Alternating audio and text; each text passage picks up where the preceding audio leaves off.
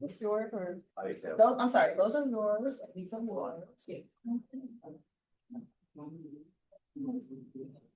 Casey, wait? Yes, okay, perfect. I'm going to call the meeting to order, please call the roll. Mayor Pro Tem Wilcoxon. Mayor Brown. Present. Councilmember Fellows. Presents. Councilmember Tucson. Present. Councilmember Simmons is absent. Councilmember McLean. Here. And Councilmember King. Present. We have a quorum. Thank you. Move to excuse Councilmember Simmons. So, me, support. Can we add though? Can we just add Wilcoxon as well?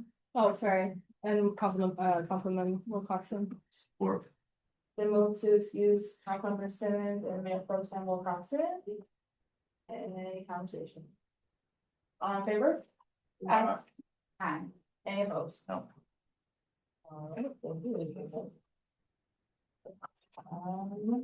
All right, I'll entertain a motion for agenda approval. So move. It's been moved by Councilmember Peterson, supported by Councilmember Sneed. Any updated changes to the agenda?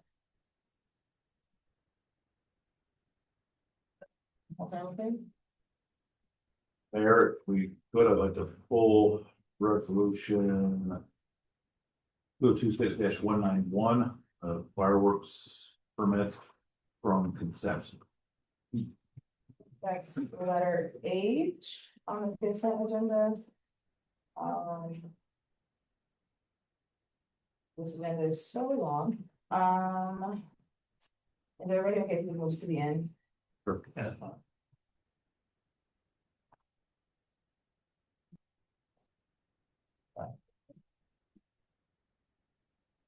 Any other changes to the agenda? That's a lot of things, I know, I'm sorry. All in favor of the agenda as amended, please say aye. Aye. Any opposed? All right. Good evening, everyone. Thank you so much for being with us. This is our opportunity for public comment. So members of the audience will have 3 minutes to address council. We have 1 hour allotted up front. If we make it through and have additional folks who have still been signed up, then we will continue that public comment at the end of the meeting.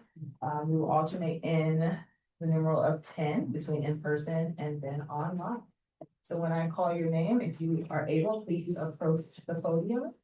And if you could state your name and address it for the record, if you feel so comfortable, that would be wonderful. First I have Teresa Nestor. Good evening. I was here a month ago and I had contact.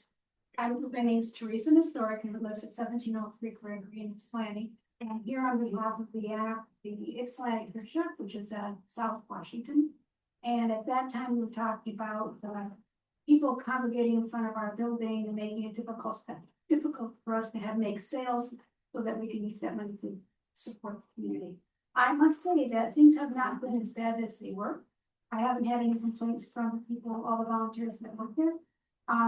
And we did see something online where somebody misquoted us as saying that we were all women and we were all afraid. And we're not afraid of them. Very little anyway. What we're afraid of, what we're worried about is the fact that if we can't keep people coming into the building, then we can't make money and we can't help the community. And that was sort of how it stayed. The other thing I'm concerned about is that I did say at the end of my brief presentation last time that I'd be willing to help with any kind of problem solving that relates to this group of people who are well known, at least to the police in this town, so that I'm not trying to vilify them.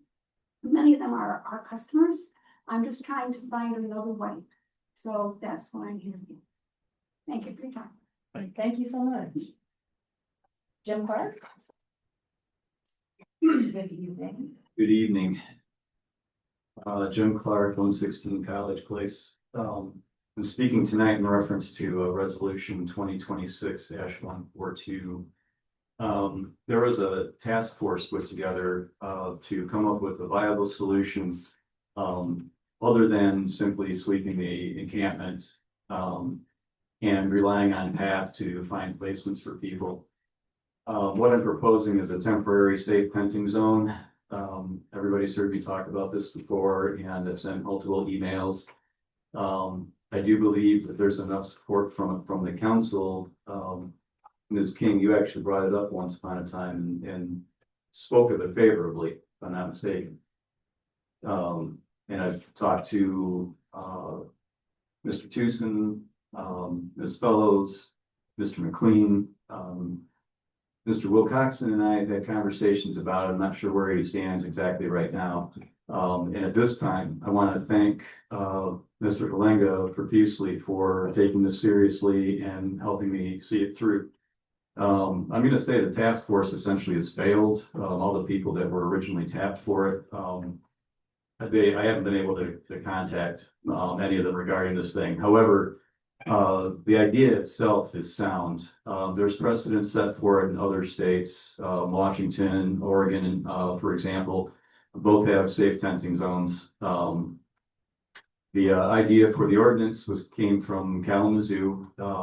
It originally called for constructions such as tiny homes, but I've amended it so that it refers specifically to tents. The minimum thing that we need from this is a sanctioned place for people to go. When we talk about it, I hear people say, but we don't have authorized tenting zones in Ypsilanti. Well, this ordinance is intended to provide just that, to create a system where an entity such as a nonprofit, a church, a private landowner, or a government can apply for a permit to host a safe tenting zone. The tenting zone would have minimum safety requirements. All that stuff would be in place, fire extinguishers, it would have porta johns and such. We're trying to make it as bare bones as possible to eliminate as much cost as possible because we know the funds for the city are limited. However, porta johns and hand washing stations shouldn't be too big of a deal.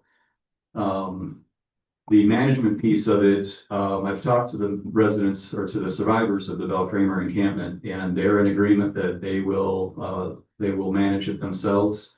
We would have outside help like myself and a few others that would participate in that management team. But the goal there is to protect everybody at the encampment and to make sure that there's a process for the surrounding neighbors to lodge a grievance and allow us to handle it. Yeah, I mean, if you were to enact this right away, there's a couple of viable spots that we could start with. It's a 90-day program, subject to review. Thank you. Okay, thank you. Melanie Peck?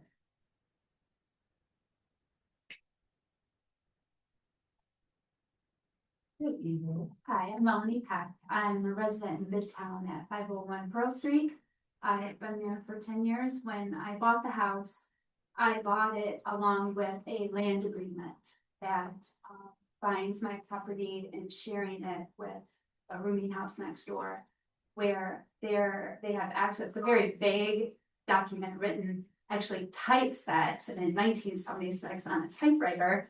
It's very vague, but one thing that's not vague is the access point is just for tenants and visitors to drive over the property and park in the back.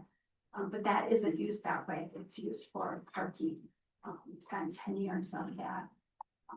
There's also quite a police report on that. I'll pull that up.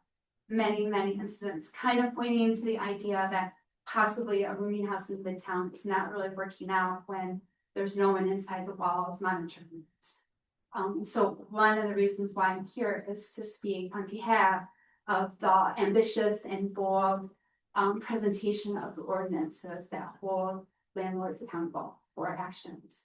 I don't know how much time I have, but one incident that happened recently in the rooming house on June 13th, a very sweet man was found deceased.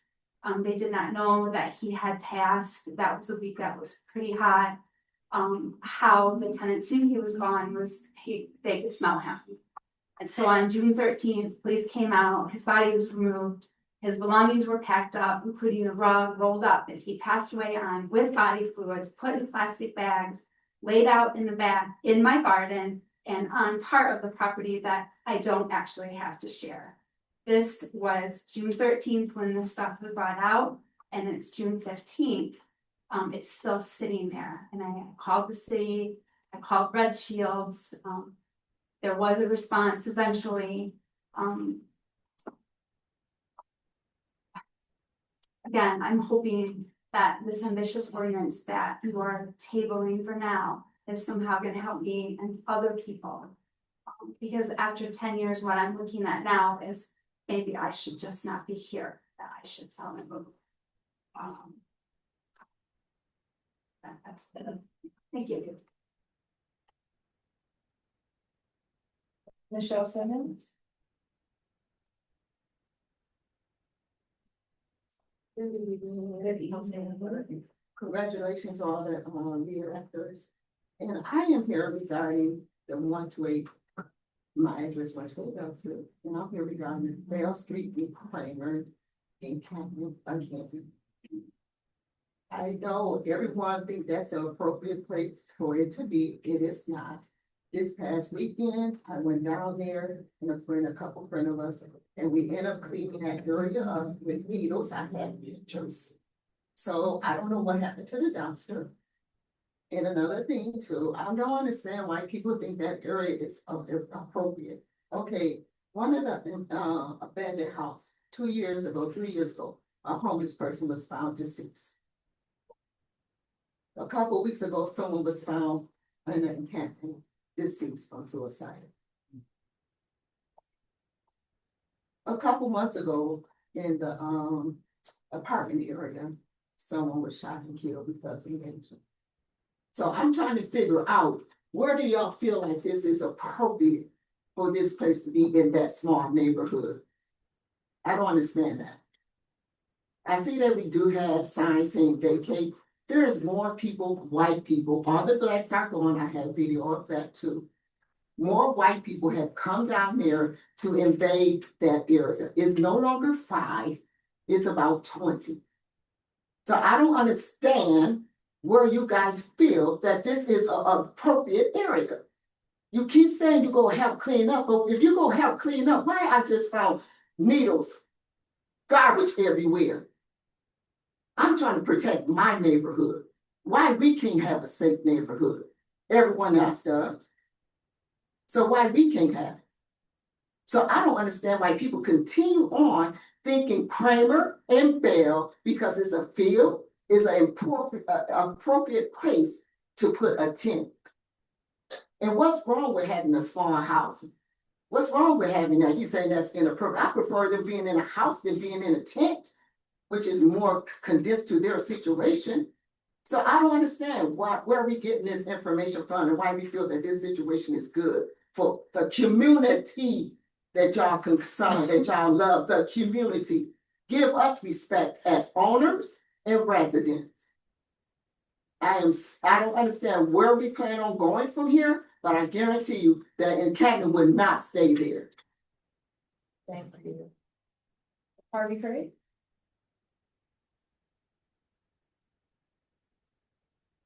Good evening. Thank you. Good evening, Mayor and councilors. My name is Harvey Craigie. I'm at 504 Pearl in Midtown.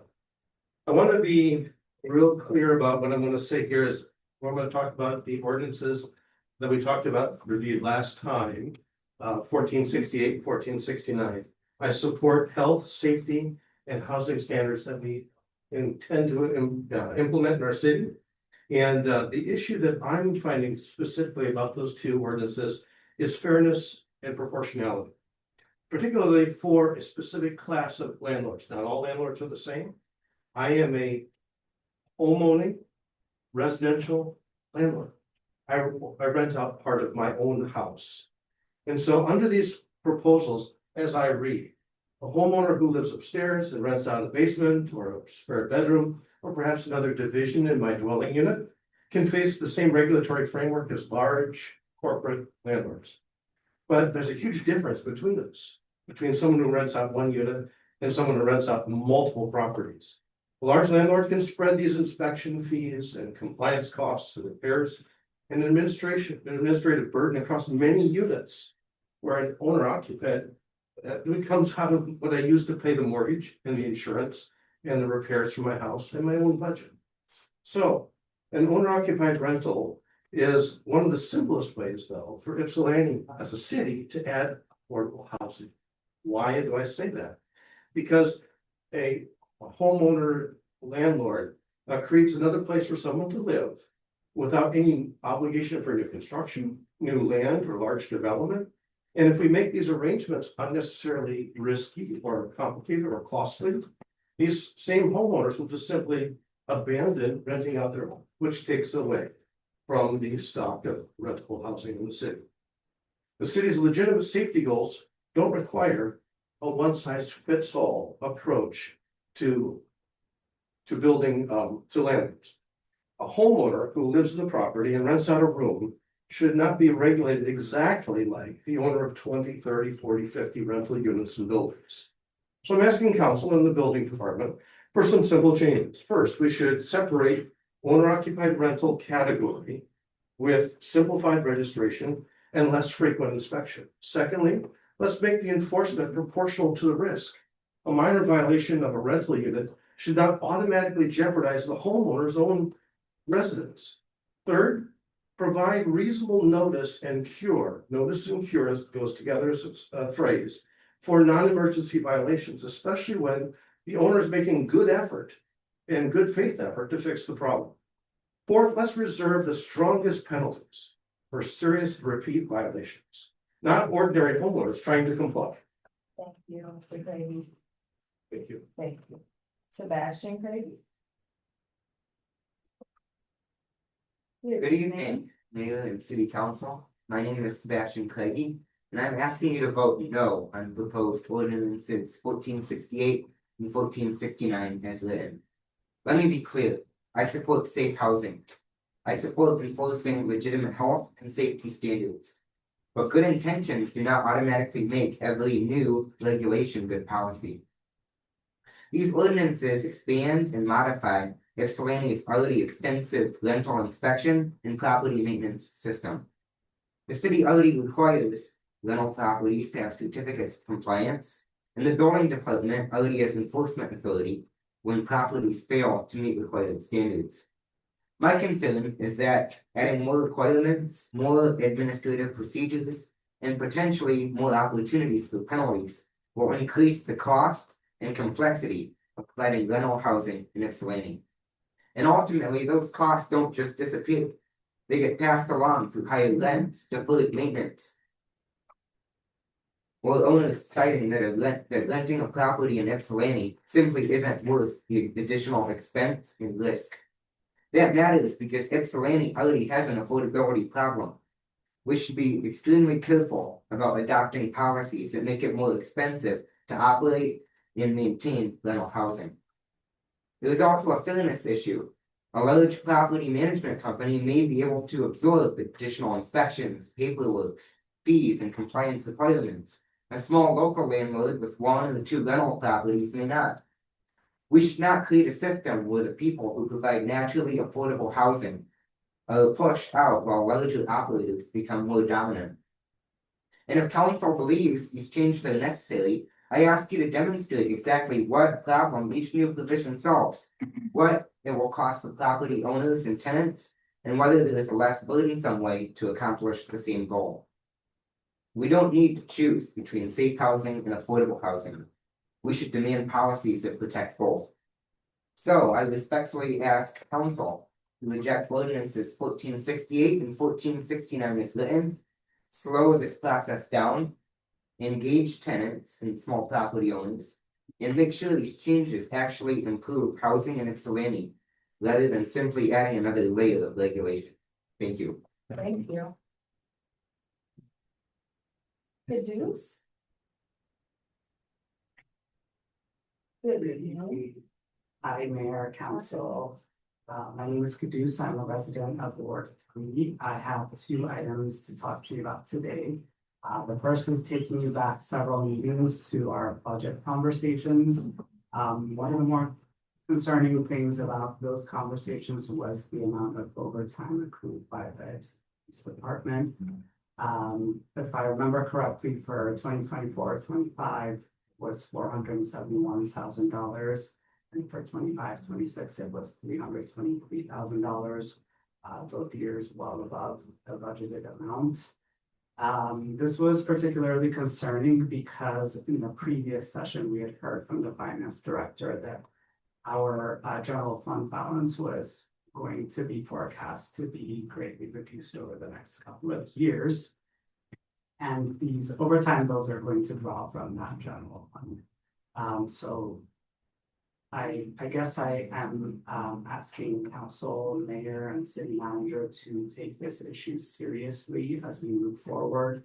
And hopefully that, you know, as we have more hires this year, that you know, this fiscal year, we hope to see lower overtime bills.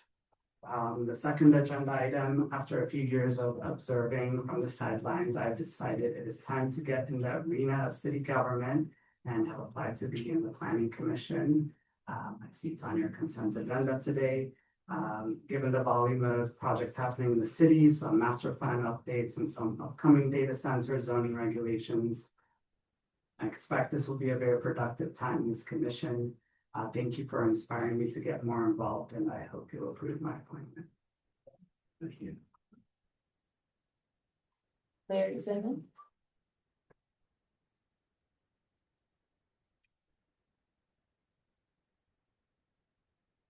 Good evening. Good evening, Mayor, council members. My name is Larry Simmons, and I noticed that down there in the encampment, basically talking about the encampment down there on Bale Street, Kramer. Okay. I listened to some of the comments and concern towards the settlement down there about how they feel unsafe. But what about the residents? I mean, it's hard for me to feel comfortable with my nephew, nieces, or grandkids to be out there playing basketball, what we usually do on a regular basis every summer, spring, whatever. With the kind of problems that we got down there, like my sister mentioned, you have people down there using drugs. You have a continuation where people getting comfortable, so that I don't know if they put word out that that's a safe zone or whatever. Yeah. But I can guarantee you one thing, down there, as I remember as a kid, there was a duck. So I don't know how the city council people, if it's your opinion or how y'all feel, that it's a good environment for them to be down there. I may say for their own health reasons. Okay. And like I said before, I have concern about a lot of things. I have sympathy towards people that be in certain conditions that trying to get themselves out of. But I don't think that the residency, okay, then the homeowner, people that live down there, have to be down there suffering and making it comfortable when they paying rent, taxes. They should feel comfortable too. Okay, to enjoy their property. Okay, then their situation, I can guarantee you, there's a lot of people down there that are comfortable with how they live. Okay, because we've been noticing this for years. This ain't nothing that just happened. Okay, now I see y'all put up the sign. They laugh at that sign. And I watch it. I sit up there sometime and in the backyard, sitting at the table or sitting in my car like I usually do sometimes. But now I feel funny doing that because you got all kind of people walking back and forth. Some of them doing strange things that you don't know what they might do. I don't know if they're going to come up to my car and do something crazy or whatever. We deal with a variety of different types of people down there. And the only way to solve that is to close that encampment up and come up with a solution. Other than that, I don't think the residency, people that paying taxes, okay then, and y'all say that's our neighbor, is they paying taxes down there? Okay, if they doing anything down there to make the people that been living there for years, okay then, feel comfortable. You got all kinds of strange people walking back and forth down there. Okay, so I appreciate if y'all. My time is up, but thanks for listening. Those are the only names I had signed up. If there are others in the audience who would like to address council, you can raise your hand. Anybody online? No one has their hand up. Oh, now someone has their hand up. So Tanita Mateen. Good evening. Hi there.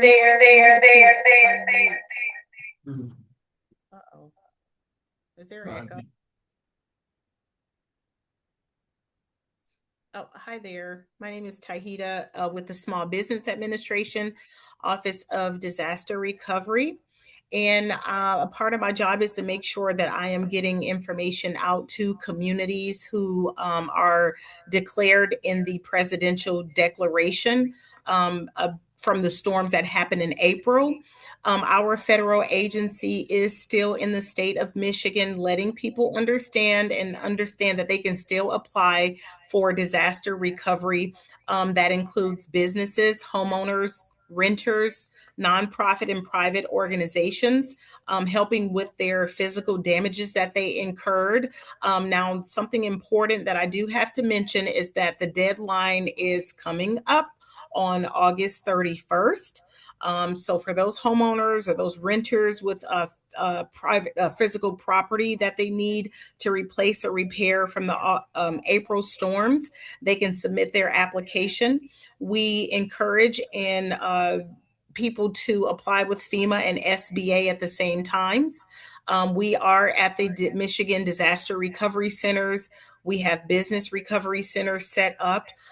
People can go in person to start the application process or do that online. And the way to get to us and start the application online is sba.gov/disaster. And that's SBA, like Small Business Administration.gov/SBA. And we encourage those people, those businesses with unmet needs from that storm, whether it be reimbursements that they paid for in April, but now we're here as federal agencies. So whether it be any reimbursements they need or any damages that they just noticed, we encourage them to apply before that August 31st deadline. And thank you so much. And that's all I have for you today. Thank you. Thank you so much for making sure to share that with us. Anybody else online? No one else? One more time in the audience, any other hand? All right, seeing none, I will close public comment. I do just have a few quick questions. One, I didn't know the trash can was moved from Dale Kramer. Was there a reason why? So we had the dumpster for Shine when they were cleaning things up. It was full, so it was removed. We can put another one back, but it seems that we have the September 1st date coming up. We probably should do a cleaning session after that. We can have a dumpster put back out there. Also, I did receive word from Path today indicating that half the people are willing to leave, the other half don't. As it was said during public comment, don't take the signs seriously. So I'm trying to confer with them to see how best that we can ensure that they understand that the signs are real and September 1st would be the deadline to move. And do we have a plan since we have not met with the task force? If we have some kind of plan in place, or how does that removal look? So the removal will be, they either go for the path or eventually officers like to come and trespass people. Also, because I did see some of the videos of the residents down there cleaning up the needles and stuff, and that does sound problematic to me. Michelle Simmons spoke for a public comment and she talked about people being deceased in that area. Residents have called me about that. Do we have any update that we can talk to the community about? Other than there was a deceased person, that's really the only thing that we got. I guess lastly, do we have a count of how many people are down there? That is one thing we discussed at the last meeting. Sure, and until now, I thought it was 5. So I just sent an email to the PATH team to ask for a count, so we can get an updated number.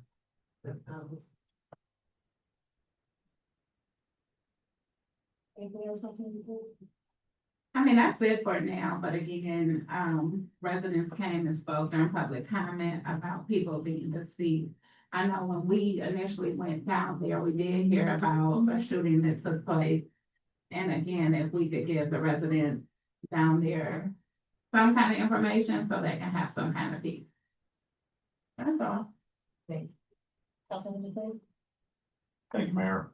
My comments were really along the same lines or same kinds of questions. How many folks are there and some assurances that we are continuing the timeline that we talked about. I think it was at our last meeting. Make sure that there's clarity for the residents here before they leave tonight. Yeah, it's September 1st, nothing changed, so that is stated on the signs that are out there, I believe. So if we need to send an officer with the path team to ensure that they understand that this is something that needs to happen, we're more than willing to do that.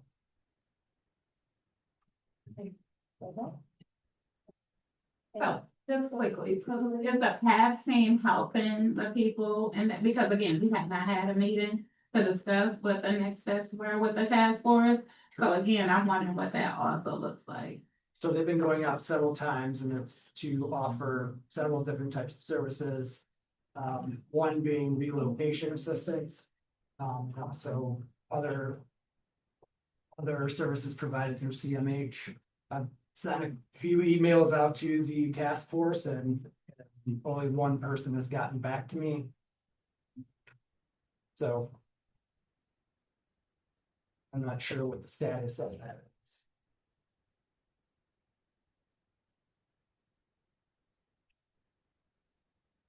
Thank you.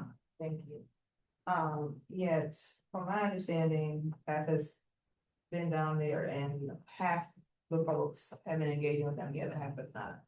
That they, not we, because I don't know, that they were aware of. I also heard that there had been, and I don't know what group this is, but that there was a group that was offering or stating that they would hotel people, and so I think that is where maybe you're seeing more people, because I'm hearing that more people are coming over there because they've heard that they need support from some group that nobody knows who the group is. And so hoping to get information on that, because nobody knows who this group is that said that they would hotel people on Belgrade. Yes, Matthew informed me of that today as well, and it's an unknown organization. I know. We don't know. So, thank you. All right, okay, so there's homework to be done. We will move into our presentation, on vacancy tax registration fees by Jasmine. Yeah, say that right? Okay. Please, your first is podium, good evening, welcome. Thank you. I believe Mia is going to actually be presenting first and she's on Zoom. So I'm gonna wait for her to go. Sorry, Mia, good evening, Mia. Hello. Is the audio working okay? Yes. Okay. My camera's on, I assume. I can see myself, I guess you can see me. You can see you. Okay, perfect. All right, I'll go through my slides and then I'll pass it over to Jasmine. Jasmine, thanks for being there in person. I'm in San Antonio, Texas, so not very close to Ypsi, so wasn't able to attend in person today, but just wanted to walk through a couple of the takeaways we've seen from vacancy taxes and vacancy fees across the country. You can go to the next slide.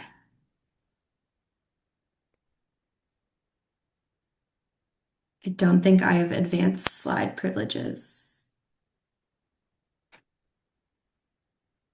They're working out. Okay. Amazing. And apologies if there's any internet delays, just let me know if it starts lagging. So just brief intro, my name is Mia Losef. I'm the program manager for housing at Local Progress. I use she, her pronouns. As I mentioned, I'm in San Antonio, Texas, not Michigan, but here to kind of inform some takeaways from across the country. Next slide.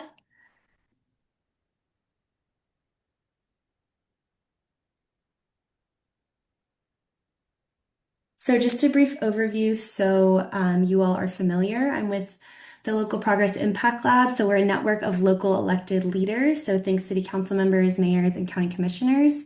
And we bring together those local leaders, partners, and issue experts to build knowledge, skills, and leadership needed to advance racial and economic justice at the local level. So my work is all within the housing world, and I do this with our networks across the country. Next slide, there's just a brief overview of our network. As I mentioned, we're across the US, many members, many states. So I share this just to be, just to share that we work with folks in many different cities, big, small, large, rural, suburban, etc. And so my hope for today is just to kind of share what I'm seeing and offer the options available to folks so that folks, you all in Ypsi who know your community best, can kind of know what options you have and consider what tools are on the table. Next slide. All right, so my plan for today, kind of briefly, we'll just do some defining of vacancy taxes and fees. I know you all have discussed it prior, a bit familiar with it, so we'll just use that for tone setting. And then I'll speak a bit about what I'm seeing elsewhere about why people or why different jurisdictions choose to employ a vacancy tax or vacancy fee. And then we'll go through some case studies of different jurisdictions who actively have vacancy fees in effect. So, next slide. All right, so I can go back one more just quickly to define vacancy taxes / fees. This is a fee charged by a jurisdiction on residential and or commercial properties that sit unoccupied or underutilized for an extended period of time. So I start with this slide just to say that, and as you're crafting an ordinance or when jurisdictions begin to consider this strategy, these are kind of some of the questions they have to answer, some decision points that have to be made. Since you all already have a vacant registry, some of this question of how do you define vacant is not as relevant, since I think you've kind of already answered that, but it is something that folks have to consider as they begin this process. So deciding whether the vacancy fee applies to lots, vacant homes, as in residentially zoned, or vacant commercial buildings, which also includes vacant lots that are zoned for commercial uses. Usually the defining factor of these vacancy fees are that there's an increased tax rate for the vacant properties. Often it is an annual fee that is charged in addition to an escalating or a higher annual tax rate. Often they'll escalate with each year that is kept vacant. You can go to the next slide. So the other thing I want to just do at the top end is state clearly, a lot of jurisdictions that we've seen work on this start this process with understanding what specifically the goal is of a vacancy fee or tax, what issues they're trying to solve, and what the ordinance should aim to do. And I would just encourage everyone in this conversation and considering these strategies to have that at the forefront, because there's obviously very different decision points you make and intentional components to include or not include depending on your goal for your vacancy fee. So these are some of the common reasons we see why jurisdictions decide to take on a vacancy fee. Number one, I would say, is wanting to reduce the number of vacant properties and or vacant lots. Often this is very closely paired with an acknowledgement that the vacant lots or vacant properties have unwanted or unsafe activity happening that wouldn't happen if the property was in use or occupied.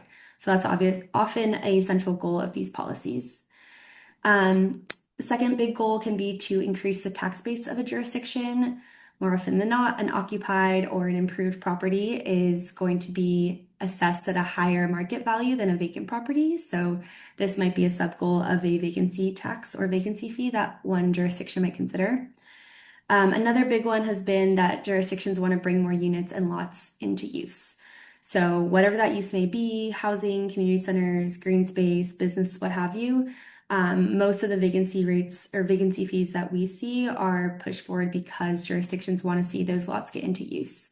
And I will note that some jurisdictions specifically target either residential or commercial, some have both. And when we get into the case studies today, I will go through 2 examples for commercial and 2 examples for residential on the vacancy taxes. Next slide. So some other reasons you might want to pass a vacancy tax or fee. This top one, penalizing negligent owners. I will say off the bat that negligence is a big part of vacant properties throughout the whole process. So This is often a goal that needs to be tackled via various strategies, various tools. So just keep that in mind as you're considering this. When the main goal of a city is to penalize negligent owners, this is often tied to a sub goal around properties that have fallen into disrepair. And oftentimes we see cities pass rehabilitation funds or programs to help rehab a property alongside a vacancy tax to try and work on that goal and across kind of two angles of that. Vacancy taxes and fees have also been strongly used to penalize speculative land ownership practices. So the idea of property owners sitting on land or just holding on to land with the hopes that the value of the property will increase year over year, even without anything being done to the property. That is speculative land practice, speculative land ownership practice, excuse me. And oftentimes jurisdictions will take on a vacancy fee to target specifically that behavior and wanting to make sure that the property owners that just sit on their property, keeping it vacant year over year, are heavily disincentivized from doing that. And then lastly, we've seen some jurisdictions that are interested in helping property owners find tenants. Sometimes in certain jurisdictions, commercial or residential, there's just a disconnect and there's not clear pathways to get tenants into vacant properties. So it's less about negligence and more about property owners not seeing or finding the options to fill their units. And so that's another kind of goal that could be targeted. Next slide. And thanks for advancing. So I just want to put it plainly here, the biggest takeaway from all the different cities we've seen do vacancy fees is pretty much boiled down to this. For most jurisdictions, the point is almost never just to generate revenue, i.e. tax the owners. Usually the point is to activate the spaces, and most jurisdictions are approaching vacancy taxes or vacancy fees from an angle of wanting their neighborhoods or downtown or communities to be lively and used and in the highest usage possible, and vacancies are obviously the lowest end of that scale. So just a plug to kind of center the goal and be intentional about the decisions you make to craft a given policy and thinking about all of these when thinking about a vacancy fee. All right, so I'm going to move into the case studies and kind of what we are seeing elsewhere. You can go to the next slide. I'm going to start with Lakewood, Colorado, which has a vacant property fee. Lakewood is a suburb just outside of Denver. It is a smaller jurisdiction, not as small as Ypsi, but around 150,000 people. And their vacancy property fee went into effect in September of 2025, so just about a year out from it. And it is mainly targeted to commercial buildings. So in Lakewood, there is a $700 registration fee every 6 months. Property owner is required to pay that, and it is required to register a vacant property after it is vacant for just 30 days.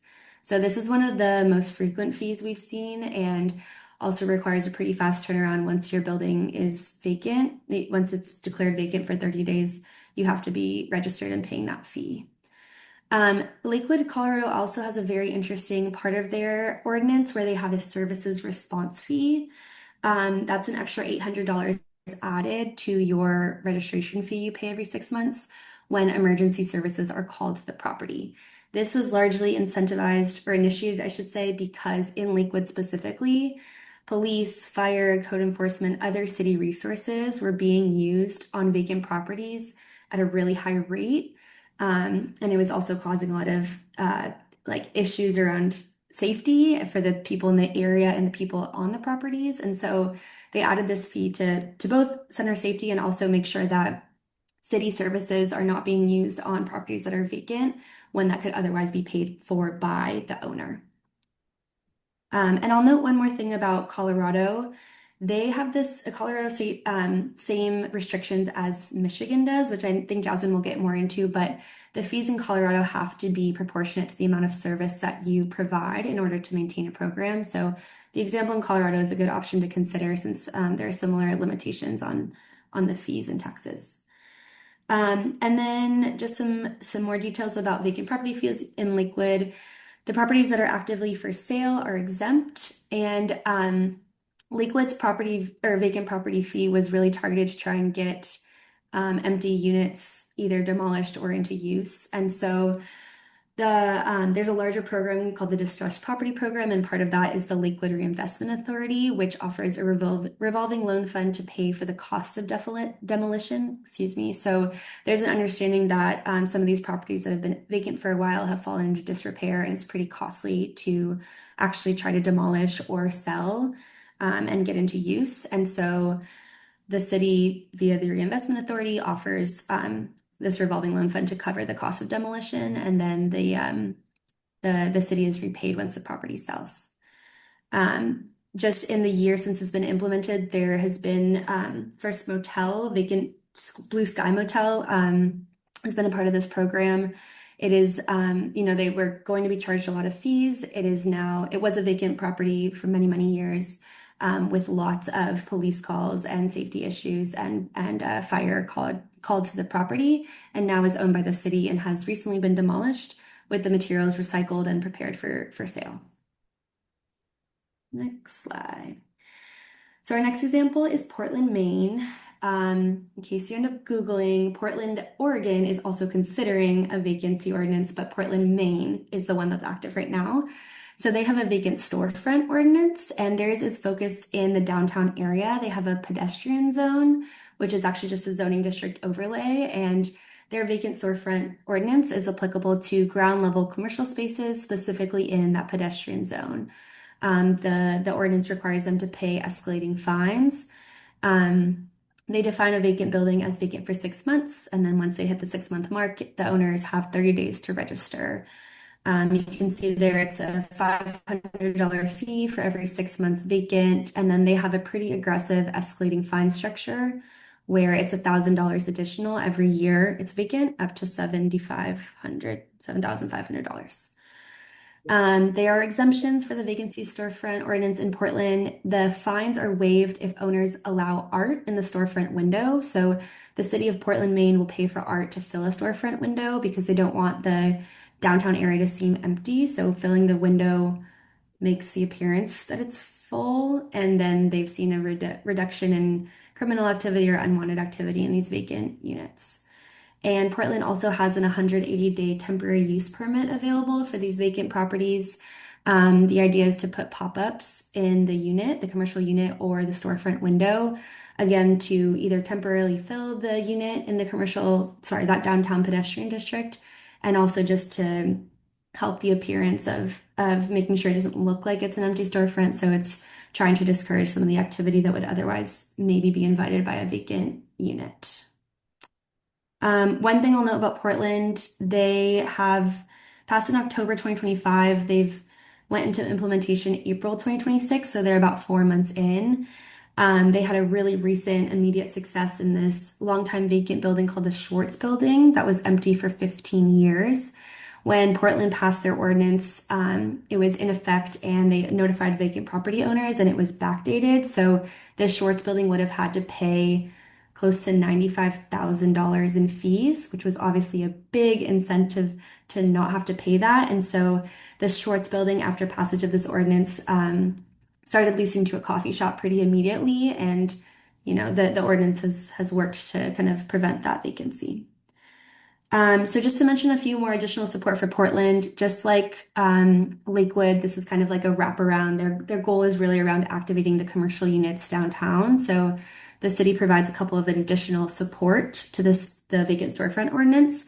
One is that the city connects commercial property owners to prospective commercial tenants through a program that looks for startups or just new businesses who are looking to begin leasing out a commercial space and links them with folks that are registered as a commercial property, vacant commercial property in the area.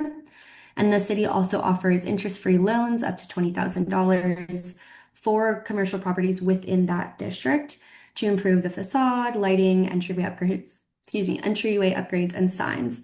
So there's kind of a wholehearted, kind of comprehensive approach from Portland, Maine to activate these buildings downtown. Next slide. So I'll briefly go over the next two. These two are in jurisdictions much larger than Ypsi with more staffing capacity, bigger budgets, but I just want to mention them since they are good examples of how this can work for residential. Minneapolis, Minnesota has a vacant building registry and they have a $24,000 annual fee for vacant residential buildings I know this is not possible for Ipsy at the time, at the current moment, but I want to offer it because it is worked really well and has, a huge fee on these residential properties that has made it come incredibly unappealing to keep your property empty. And then the next one is Vancouver, BC in Canada. I mentioned this one because it is one of the first vacancy taxes in the US or North America, really. It's from 2017, and they have an increased tax rate for empty units in a building. So, not just a whole apartment complex, but individual units that are left empty for over 6 months of the year. This policy has been, Vancouver is an extremely tight market, and it's about making units available in a very tight housing market. So, again, maybe not the most adjacent to Ipsy, but I do mention it because it has reduced vacant homes significantly since its inception. Vacant homes are down 67% in the last 9 years since it was passed. And it has also generated quite a lot of funds for affordable housing programs, which I know is not quite an option at Ipsy. So just offer those two for residential. And then you can go to the next slide. I'll kind of wrap up here with just a few of the lessons learned / takeaways that we've seen from other jurisdictions that have passed vacancy taxes or vacancy fees. One big thing is that these policies are most effective when you have a clear understanding of the types of vacancies in your locality. We spoke to city staff, and it sounds like through the vacancy registry, you all have that information already, which is great. These are just some of the questions that are asked upon jurisdictions considering this type of an ordinance. But you guys are already there, which is awesome. Another big thing is that compounding escalating fines, and I'll add escalating enforcement as well, is a really strong tool to target speculative behavior. You want to make it really expensive to sit on land. That's what an effective vacancy fee will do. And that's kind of the hope for a lot of cities or jurisdictions that pass these ordinances. And then the last point on there, to activate vacant spaces, it is important to both incentivize new tenants / owners and to penalize existing vacancies. So just considering both the carrot and the stick of your approach, and also, of course, centering the goal of what you want to do with your vacancy ordinance. I think there is a couple more slides. Yeah, these two are the last two takeaways. One thing that has been really clear when we see other jurisdictions look into this tool is that this is a very strong messaging point. Residential vacancies are really hard to justify in any landscape with a high housing demand. I think at this point in time, almost every city or county is dealing with high housing demand. So just keeping this at the forefront, when you're talking about leaving units empty, you're talking about people who could have access to homes or shelter and are not. So just a strong takeaway to keep in mind. And then along the same point, vacant land is the worst case scenario in terms of land use options. So this has also been a really central point of vacancy fees across the country.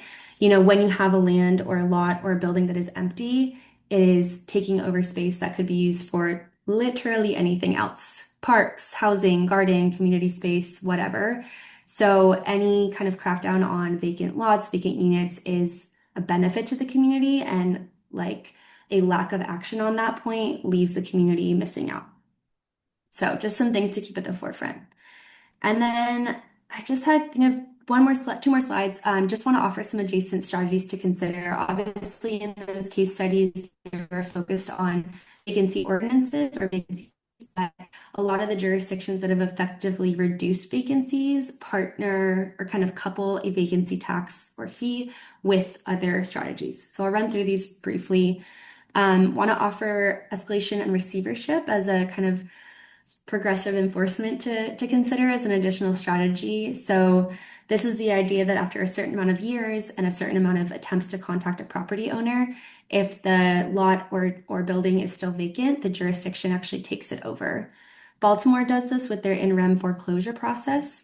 Basically, the city of Baltimore is able to foreclose on the liens on a vacant lot or building if the value of the liens exceeds the assessed value of the property. So the liens would be things like unpaid property taxes, potentially the vacant tax or fine, environmental citations, water bills, anything that the city is charging against the property. If it gets to a certain point, the city of Baltimore is able to actually take over ownership of that lot or unit. Another thing to consider is a repeat offender of sorts, put it in quotes, you can choose how to name it. Since you already have a vacant property registry, it might be pretty easy to track if a given property owner would have multiple vacant properties. A jurisdiction could consider tracking this and deciding a certain cap. Once you hit a certain number of properties or fines, the owner would lose certificate of occupancy or ability to operate in that jurisdiction. And then one more. Thank you so much. The last couple of things I'll mention here, land value tax is another strategy to consider. This is where you tax the land itself rather than anything built on the land. So a single family home is then taxed the same as an empty lot. And this is really strong for discouraging land hoarding, speculation. If you are paying the same amount of taxes, whether something's built on the lot or not, it's going to be an incentive to build because you're getting taxed the exact same amount. Like you don't want to keep it empty. A jurisdiction can also consider incentives for timely occupancy. So potentially making local funds available to owners who activate their vacant property or get someone, a tenant or someone leasing the property within a certain amount of time if you want to kind of encourage rapid occupancy. And then the last thing I'll mention is adaptive reuse.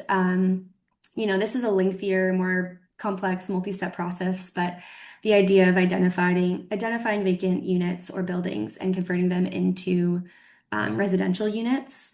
This has been done actually really well in Michigan. I know Detroit is very different than Ypsi, but I pulled that example because Detroit was able to use a lot of state funds that I think would be available to Ypsi as well to launch their institutional adaptive building reuse program that looks at empty or underutilized buildings such as like post offices or libraries or old railroad stations. I mean, a lot of different institutional buildings that can then be converted into housing. And adaptive reuse can obviously be used for many things, but considering, what use might make most sense for that given area is really strong, acknowledging that, a vacancy or keeping it unoccupied is the lowest benefit to the public. All right, I know I ran through a lot, but I'm going to pass it over to Jasmine, and I'll have her take it from here. Okay, great. Hello, everyone. Thank you so much for inviting me and myself to present for you. And I think probably Mia's presentation is going to be the most useful for this body in terms of some innovative policy solutions. So, I have some details on Michigan in specific that I think might be of interest to this group. And I'm very grateful for the opportunity to present to you all. So I work for the Home Rule Project, which is a nonprofit that aims to restore home rule powers that were taken away from cities and eliminate corporate rule over cities, and to instead encourage and empower community rule and local decision making. We do this by advancing research, education, and policy solutions to empower local governments. We're grounded in the belief that those closest to the problem are closer to the solution. And our goal is to ensure that when local governments set their own standards for development and investment, that will best mean that prosperity reaches every neighborhood and census tract, etc. So to just really go through what I hope to cover in my great presentation today, I'm just going to talk a little bit from I live in Detroit, I do not live in Ypsilanti. So I was looking into some of the data and I'll talk about what I saw about Ypsilanti that I imagine this council probably already is aware of. And then I'll talk about, we also talked about this, I'll talk about some goals with our vacant property laws, talk about what a vacancy tax could look like, the legislative landscape on that, and then if this body is interested, what some next steps for consideration might be. So this is a map. I took it from the Washtenaw County website. It looks like it was last created or updated in 2025. So I don't exactly know. Of course, vacancy is something that can shift. That being said, it looks like the city of Ypsilanti has some higher vacancy rates compared to the rest of Washtenaw County. There are some online aggregators that place it residential vacancy at 6 to 7%. This map seems to indicate closer to 5% for some tracts of the city. Obviously, there are some precipitating factors to this. There's a high renter population in Ypsilanti. There's a lot of students in the area. And as Mia was noting, there are various properties in the city that are owned by LLCs. Also some clearly owned by, just individuals. And like Mia was saying, when it comes to property speculation, that's generally something that people want to discourage. We want, space to be active and useful. So I had the wonderful opportunity to talk with New York City staffers about Ypsilanti's vacant property fee program. And it to me seems like a reasonably robust program. It's integrated with the code enforcement. And so, I think the city of Ypsilanti, and seems to have been like ramped up in the last year. I think the city has a lot of actually good data and resources on its hands to really take an evaluative look at vacant properties in the city, which is something I would probably encourage like diving deeper on with city staff too.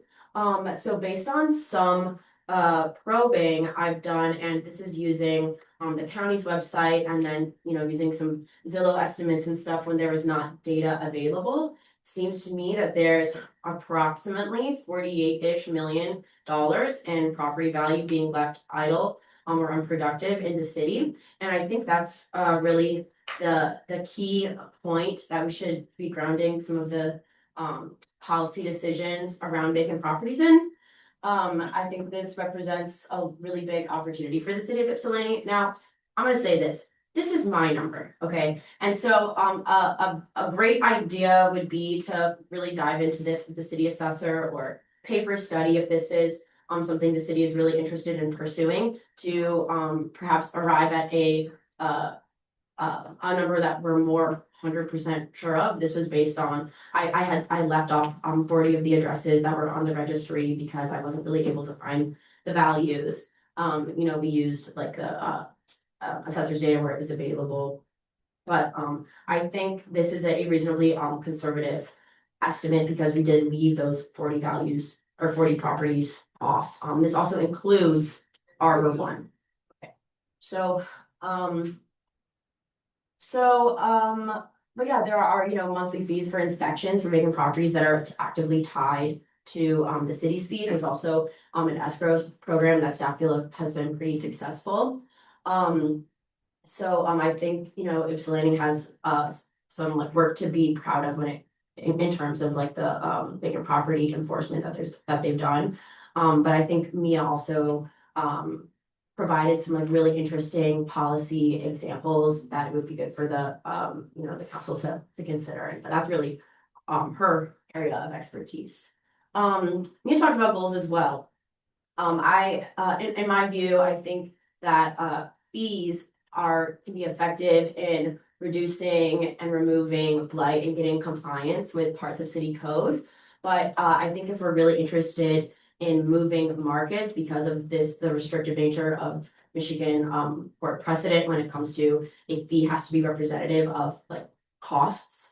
I think we could consider that taxes might better accomplish Ypsilanti's goals if you're really trying to move the market and more aggressively attack vacant properties. And I think we've seen in some of these other cities and the examples that Mia's provided that when the fees are much, much higher, more exorbitant, that tends to be what's moving things. So I think the fees can get more compliance, but taxes, I believe, would move the market in a bigger way.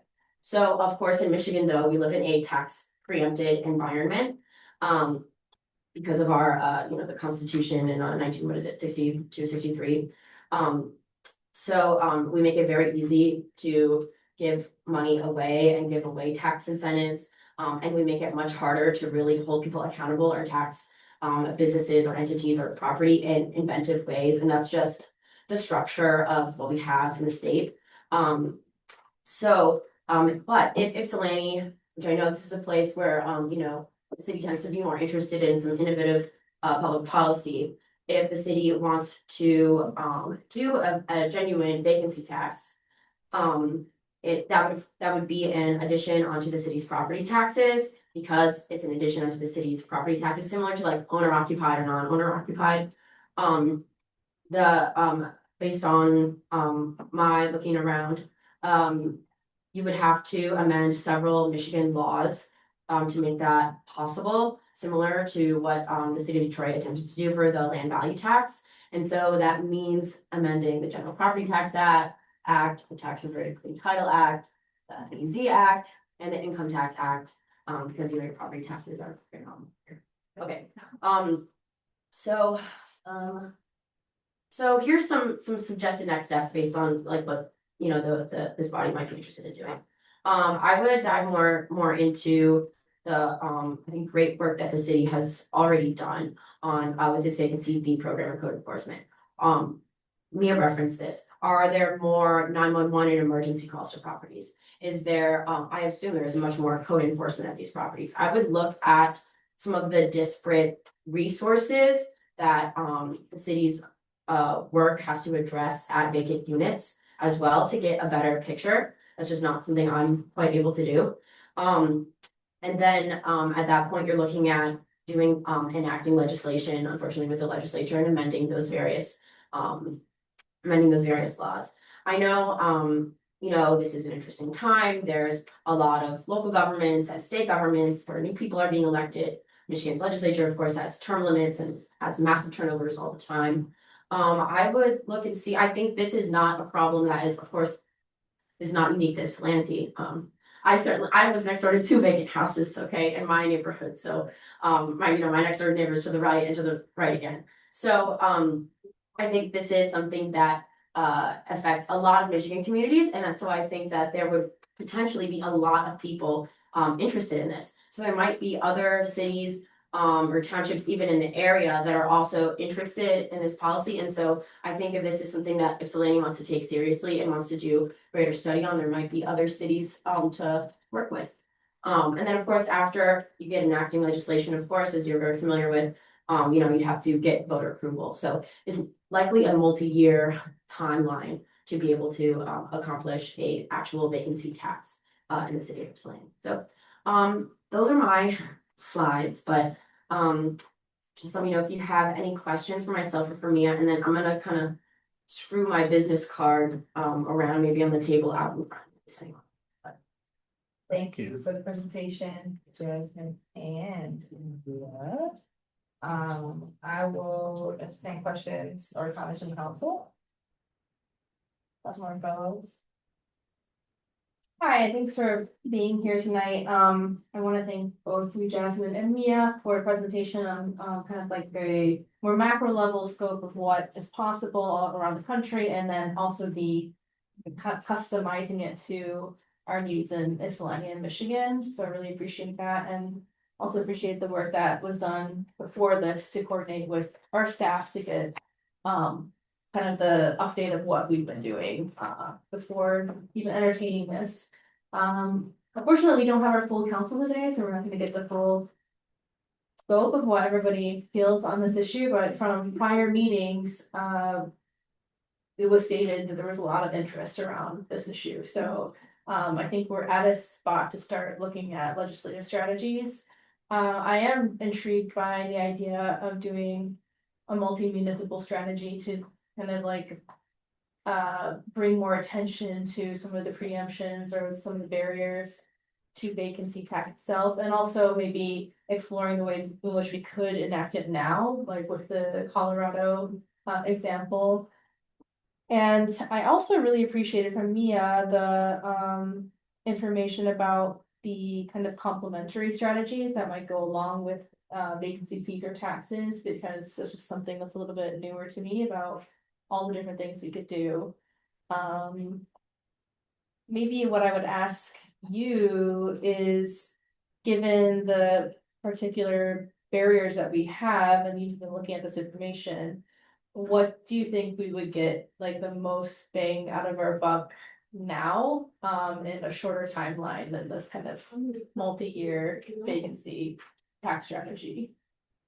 Yeah, well, I think when it comes to attacking preemptions, and then, you know, I'm sure the council knows, but for anyone in the audience, you know, a preemption is when a higher form of government prevents a lower form of government from enacting what it might want to do. Typically, you know, they set a floor and not a ceiling, but that's not always the case. Anyway, when it comes to tackling preemptions, I think the strongest argument that you will be able to have is when you work around the preemption to the extent legally possible. And so I think having like a strong local vacant property program, ramping it up. I didn't know about Colorado's service fees, for example, that they do. That might be something else to like look into and add on to the program. I would certainly recommend enforcing the fees related to service to the extent possible and using that to see how effective it is. If it's a little bit effective but not really tackling the problem, I think that makes the case even stronger to remove the preemption legislatively. And so I would definitely encourage that. Yeah. Thank you, Mayor. Thanks for the presentation. Curious, one of the, I think the first example, city example that you used from Colorado, where your colleague used, I've read that right, suggested that the vacancy, this tax or fee kicked in after just 30 days. So I wonder if you could talk about the timing. I also wonder if, talk about how do you handle when there are very legitimate reasons for property being vacant? So, for example, you're updating mechanicals or you're fixing a structural problem.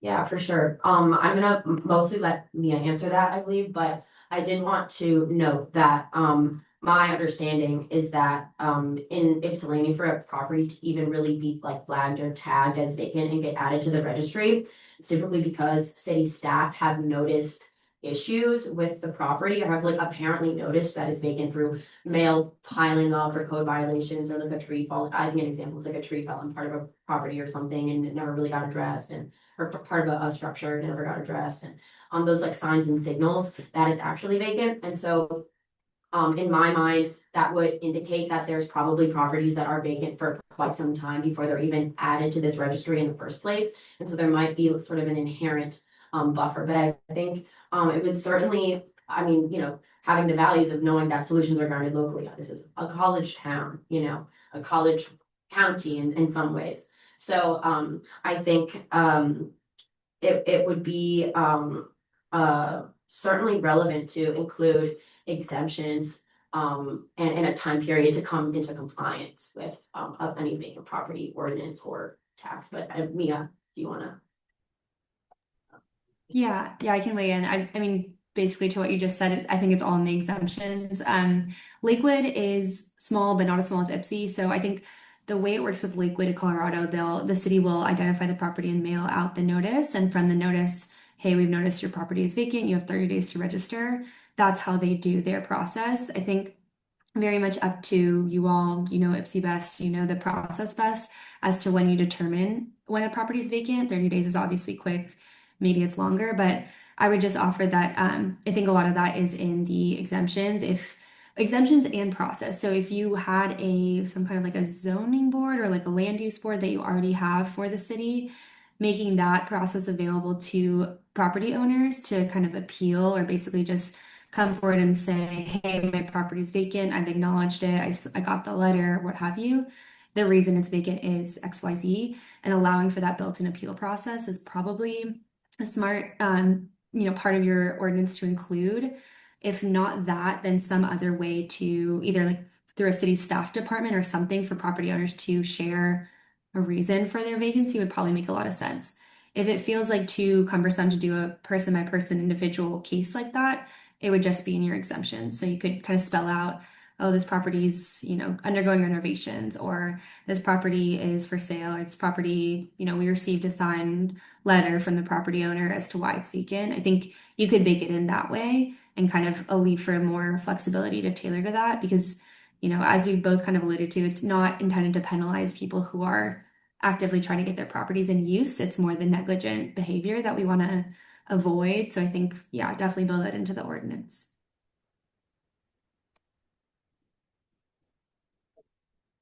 All right, and that's Councilmember Simmons. I see you joined us. I see your hand.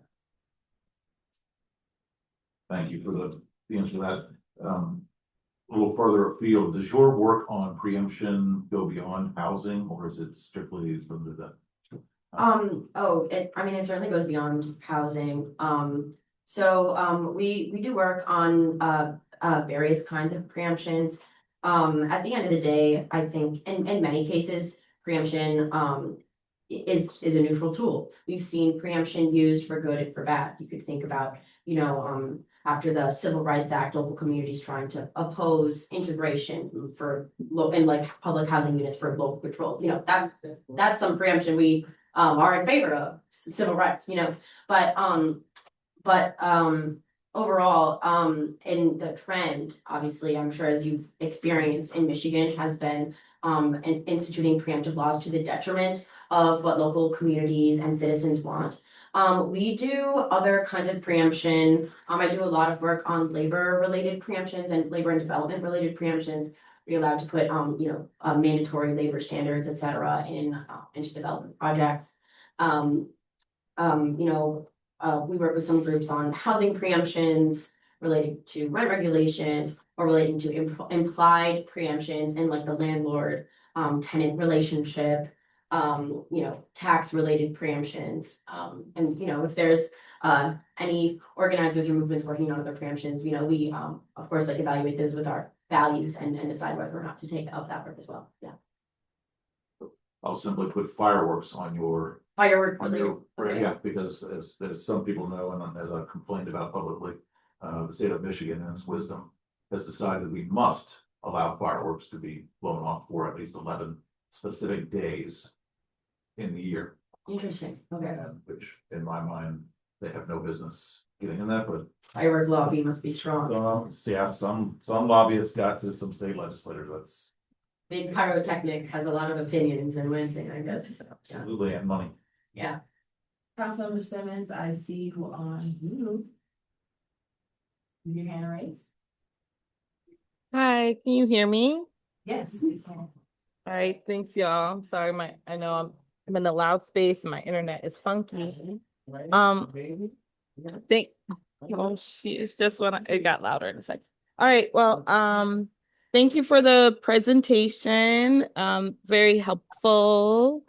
And just wanted to lift up a couple of things that I was like, that seemed really interesting and definitely want to explore more. And also just saying too, I also like a lot of options that can build on things that we already have too, and to think about how we can round it out. So things like the repeat offender idea, which I think can build on a couple of other things in terms of safety, also how so that property owners aren't kind of having certain properties that are in like really great and really like not vacant versus in ones that aren't, so like it kind of use them against each other. And then also I also am interested in this further conversation about how like with that Ipsy's vacancy rates are higher than other parts of the county. That seemed really interesting to kind of explore to understand more about why. Also the emergency service fee. I'd be interested in understanding more about what calls for service are already happening, and maybe that's something that we can look at already with our call for services information to know how effective that would be, or if that's something that would be relevant for our context. I also was interested in the pieces too that we're looking at ways that I appreciated kind of looking at like the goals and like why we do this, and that it's not to try to be in opposition, with our community, but to enliven it. And so thinking about opportunities to be in partnership, and I wasn't sure what examples there were too about things like how the city would partner to help fill the vacancies, like to help find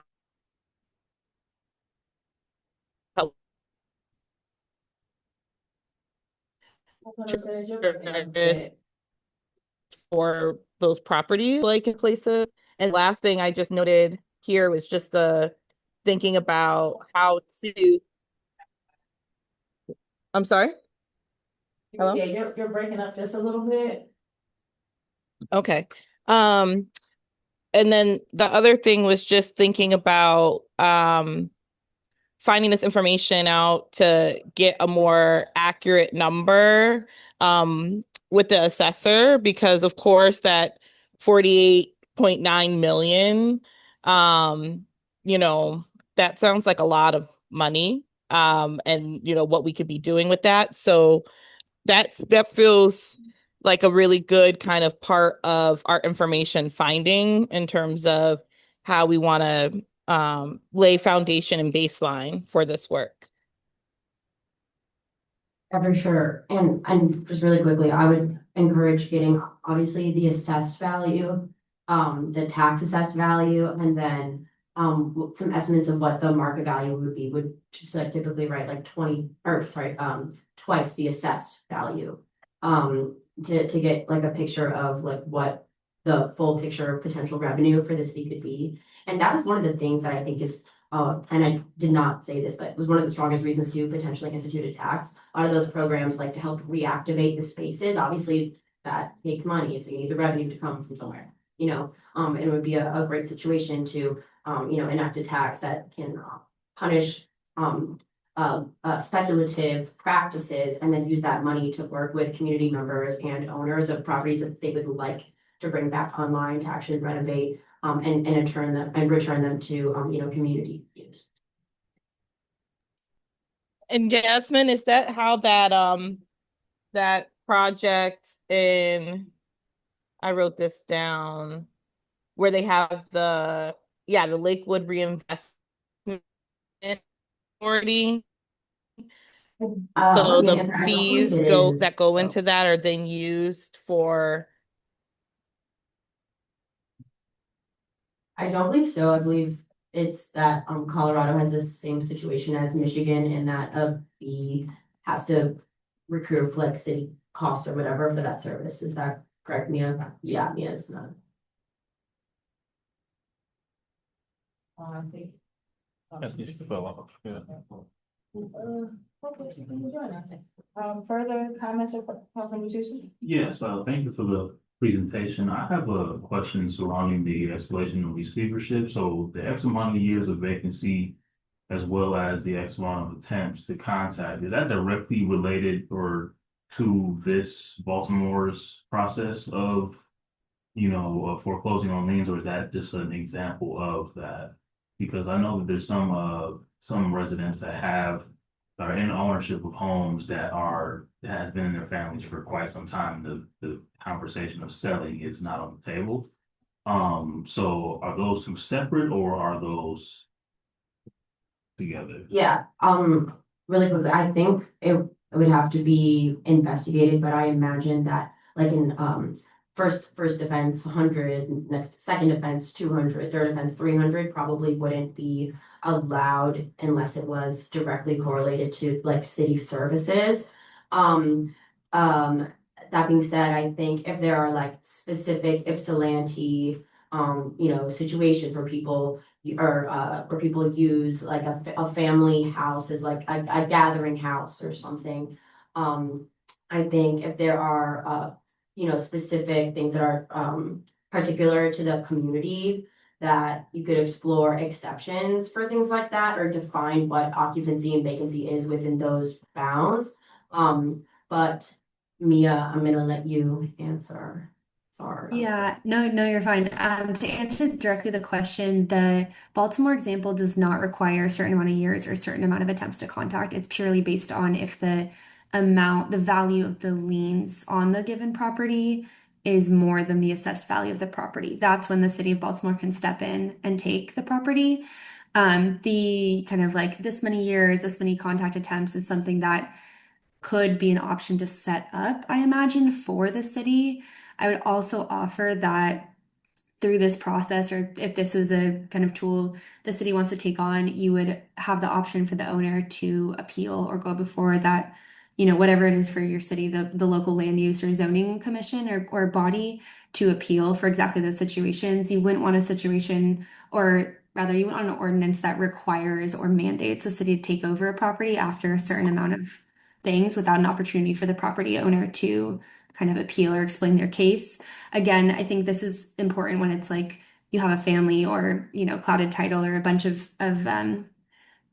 kids of a given deceased property owner who are managing a house together or something like that. Those situations happen all the time. And so those people who know they have the property, it might be vacant, but they're very aware of it and they're probably residents of the city are not probably the target for a vacancy ordinance. You're more trying to get to the negligent, not around property owners that have let their property fall into disrepair. So I think I would encourage, if that's part of the policy or the ordinance, just baking in that kind of appeal process, choosing whatever body makes most sense and allowing the property owners to, explain their case. Because I think a lot of these are kind of situationally dependent.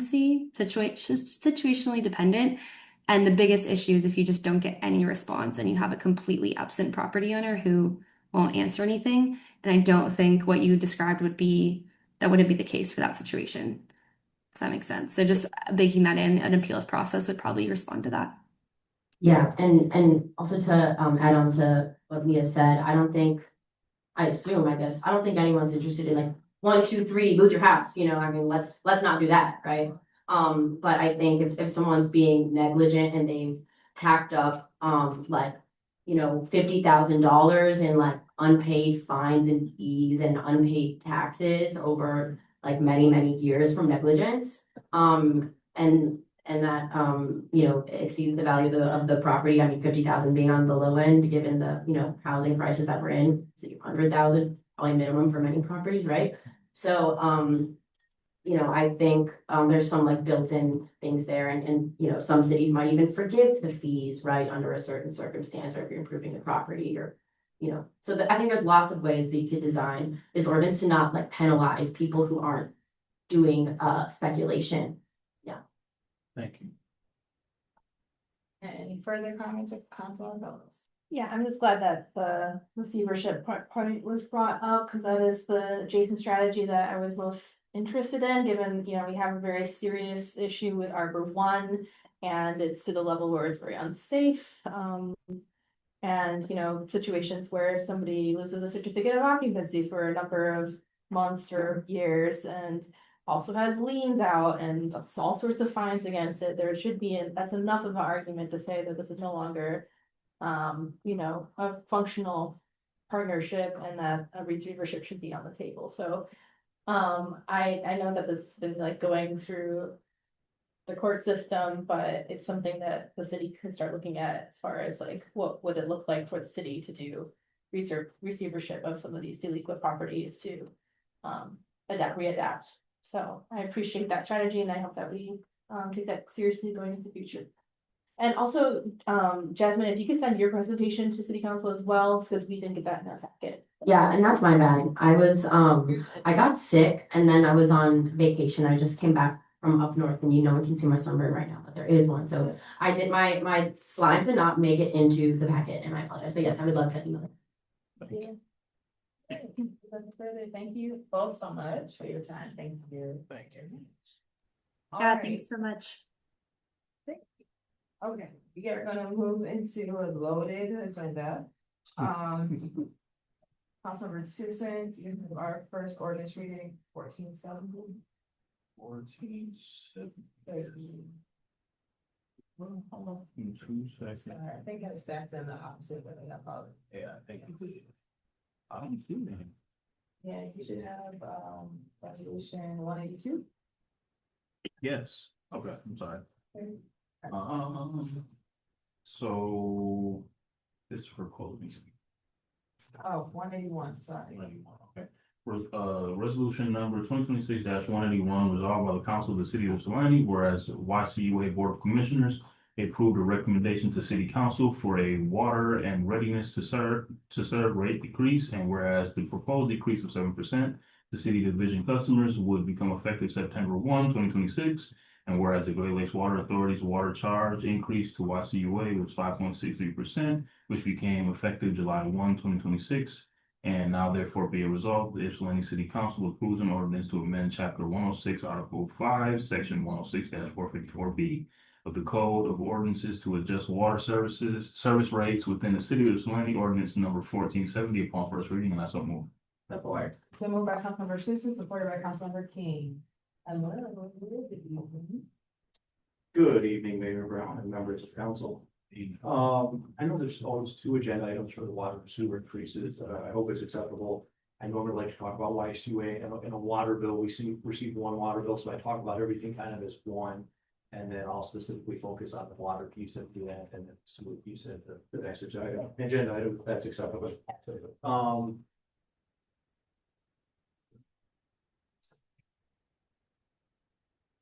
Good. So every year that we go into the rate and budget setting process, it really kind of starts with what GLWA rate increase is to YSUA, especially on the water side of things. And typically, that process starts in January, February. Myself and the finance director try to set what are our goals this year? What are the things that we're trying to achieve? Something that the authority has been impacted by for several years now is a declining fund balance that is creating some operational issues. Also, we have a serious commitment to reinvest in our capital infrastructure, as you can see, just the amount of water main improvement work going on in the city and township. That's very important for us to invest in that infrastructure and stay ahead of catastrophic failures in the system. Revenue this year is estimated to be about 52.97 million, with expenditures of about 51.98 million. Overall expenditures, we try to keep them as flat as possible. They are anticipated to increase by about 0.59 million, or about 1.2% over last year's budgeted item. Just so council's aware, GLWA did increase YSUA's water service charges by 5.63%, which became effective July 1st of this year. I know this has been discussed at a couple of previous council meetings, so I'm trying to start to get better at putting together some different infographics for council. And to kind of demonstrate the flat usage that we've seen or declining water usage in the YSUA system over the last several years. The chart on the bottom is just our sales over the last few years. The table on the top is just sales for each year, the percent change from year to year, what is purchased by the community. And we're always looking at water loss. That would be the difference in what we pay GLWA for water versus how much is actually metered through the metering in residential or commercial properties and so forth, and or sold to our contract communities.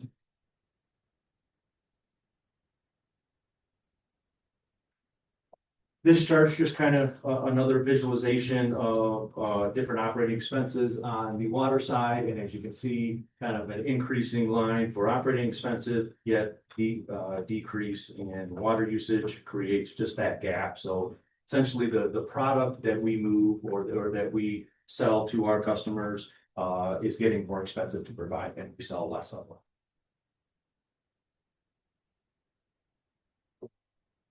No, I said I wouldn't talk too much about sewer, but we're not seeing this as much on the sewer side, so we see it kind of a different situation operationally, to where just the introduction of additional sewage into the system, that the sewage volume has been pretty flat, or consumption has been fairly flat or increasing, and we've held expenses pretty close to that.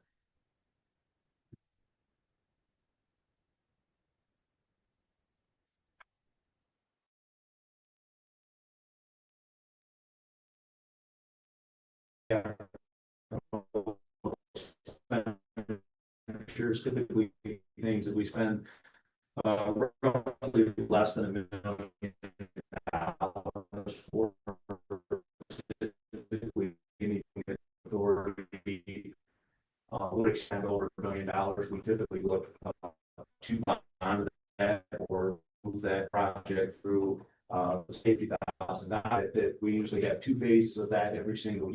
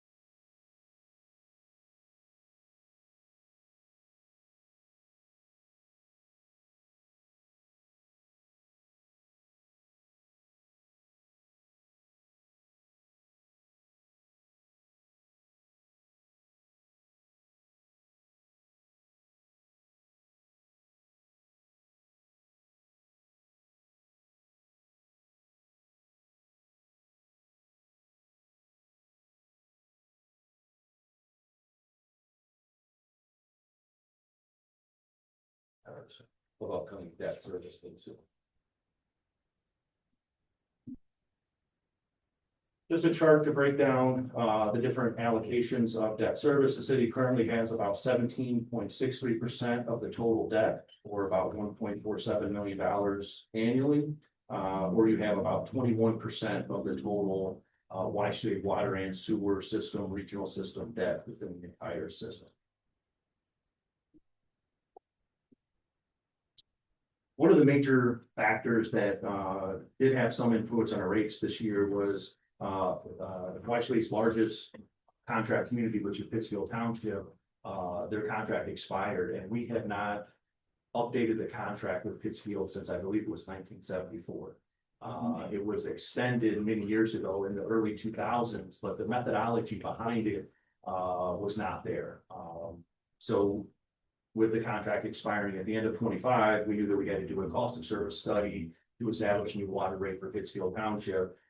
We took that opportunity to just do a whole cost of service study on the water side, since changing something for your largest customer, not looking at everything else, felt like we wouldn't be really doing our due diligence. So we went through and reset and kind of updated our water rate methodology for all customer classes on the water side. The last time we had done that was back, I believe I wasn't at YSU at the time, was 2018 time period. That was when we went away from the surcharge system and went to the RTS system. So it had been quite a few years since we had updated our water rate methodologies.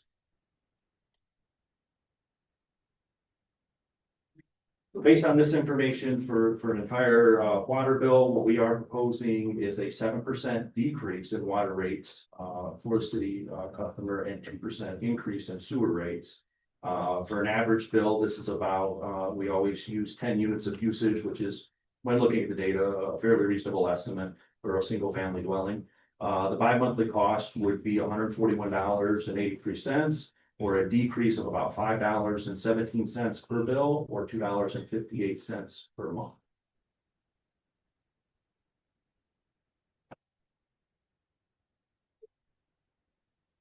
Always want to remind council, we share information and try to connect customers when they reach out or contact us regarding financial assistance. Ypsilanti has staff that is trained in the water residential assistance program that is partially funded through dollars that we pay to GOWA in rates. This is a separate program that they've set up. We connect customers with that. It will help them with, I believe, somewhere around $1,200 of plumbing repairs that may need to be made inside of a home, and with payment support for their water bill.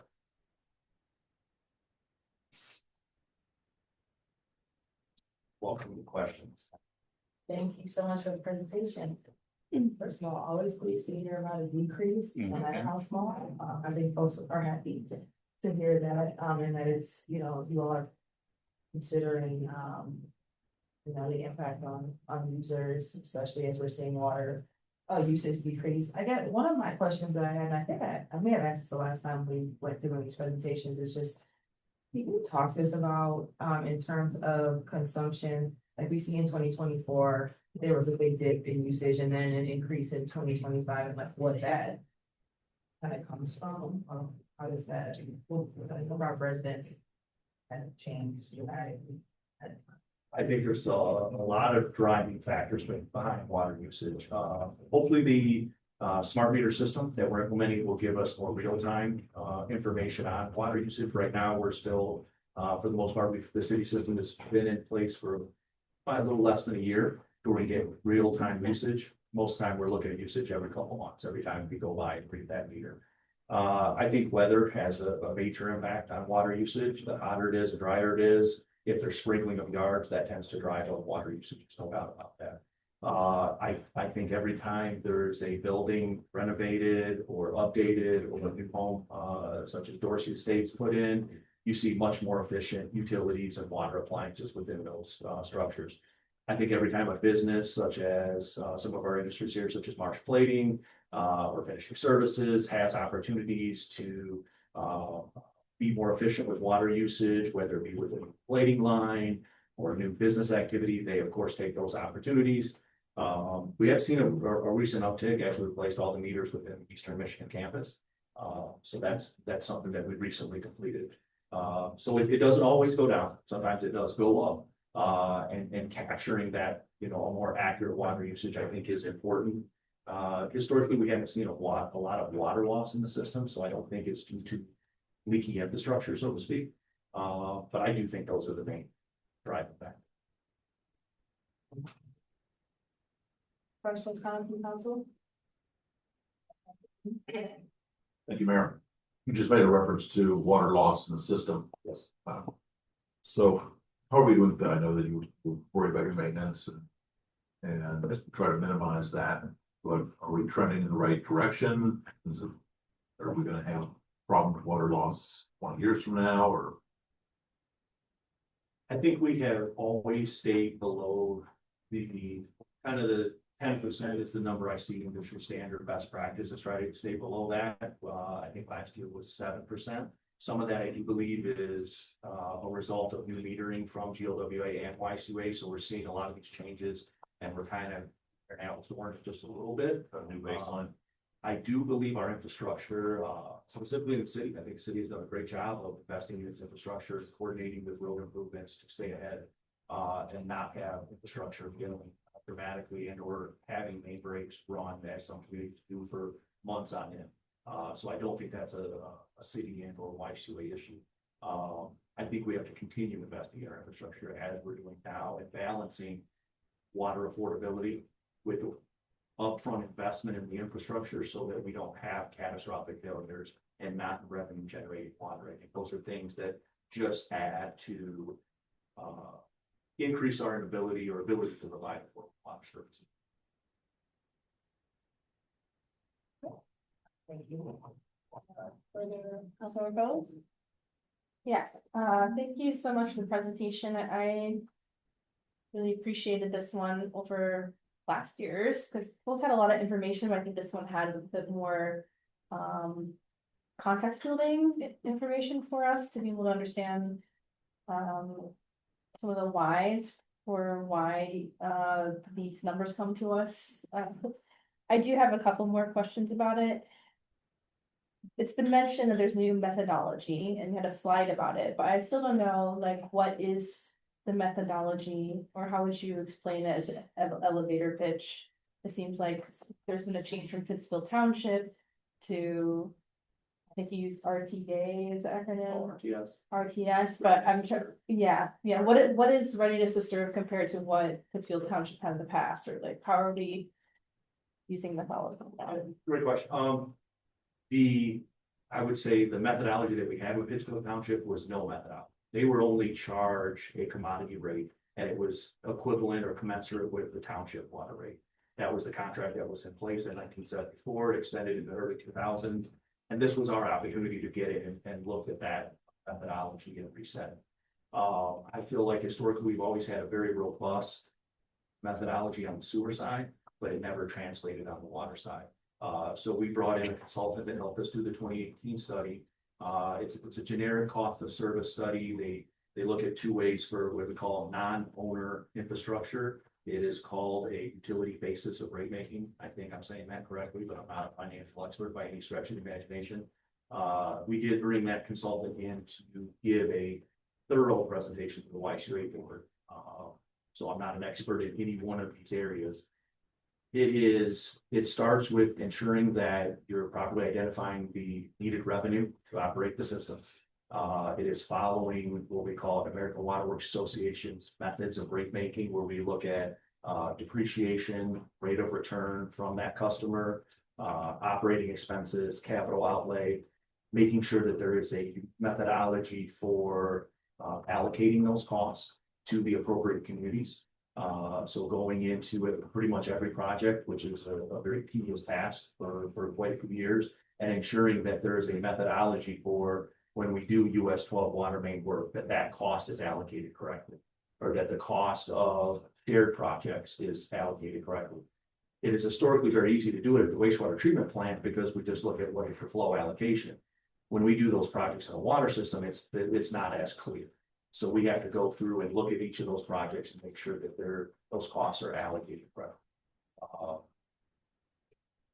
Does that kind of answer what you're looking for, or am I You want me to be much more specific? Maybe one of these days I'll have to get the full presentation to really understand the details of it. But with regard to, like, for example, I see that we're getting closer to parity between the city and the township rates, which were quite different in years past. And the explanation I've heard over the last year has been because some of these bond debts are kind of coming off of our rolls. And I see that in the presentation, there's more coming off in the next couple of years as well. So I'm wondering about, are we gonna get to that place where basically city and township customers are paying almost the same rates? Because we're still paying more than the township based on these new rates. Even though they're gonna get hit with a 9% increase and 2% increase on sewer rates. So they're going much higher, we're going down a little lower, but we're still paying more than township.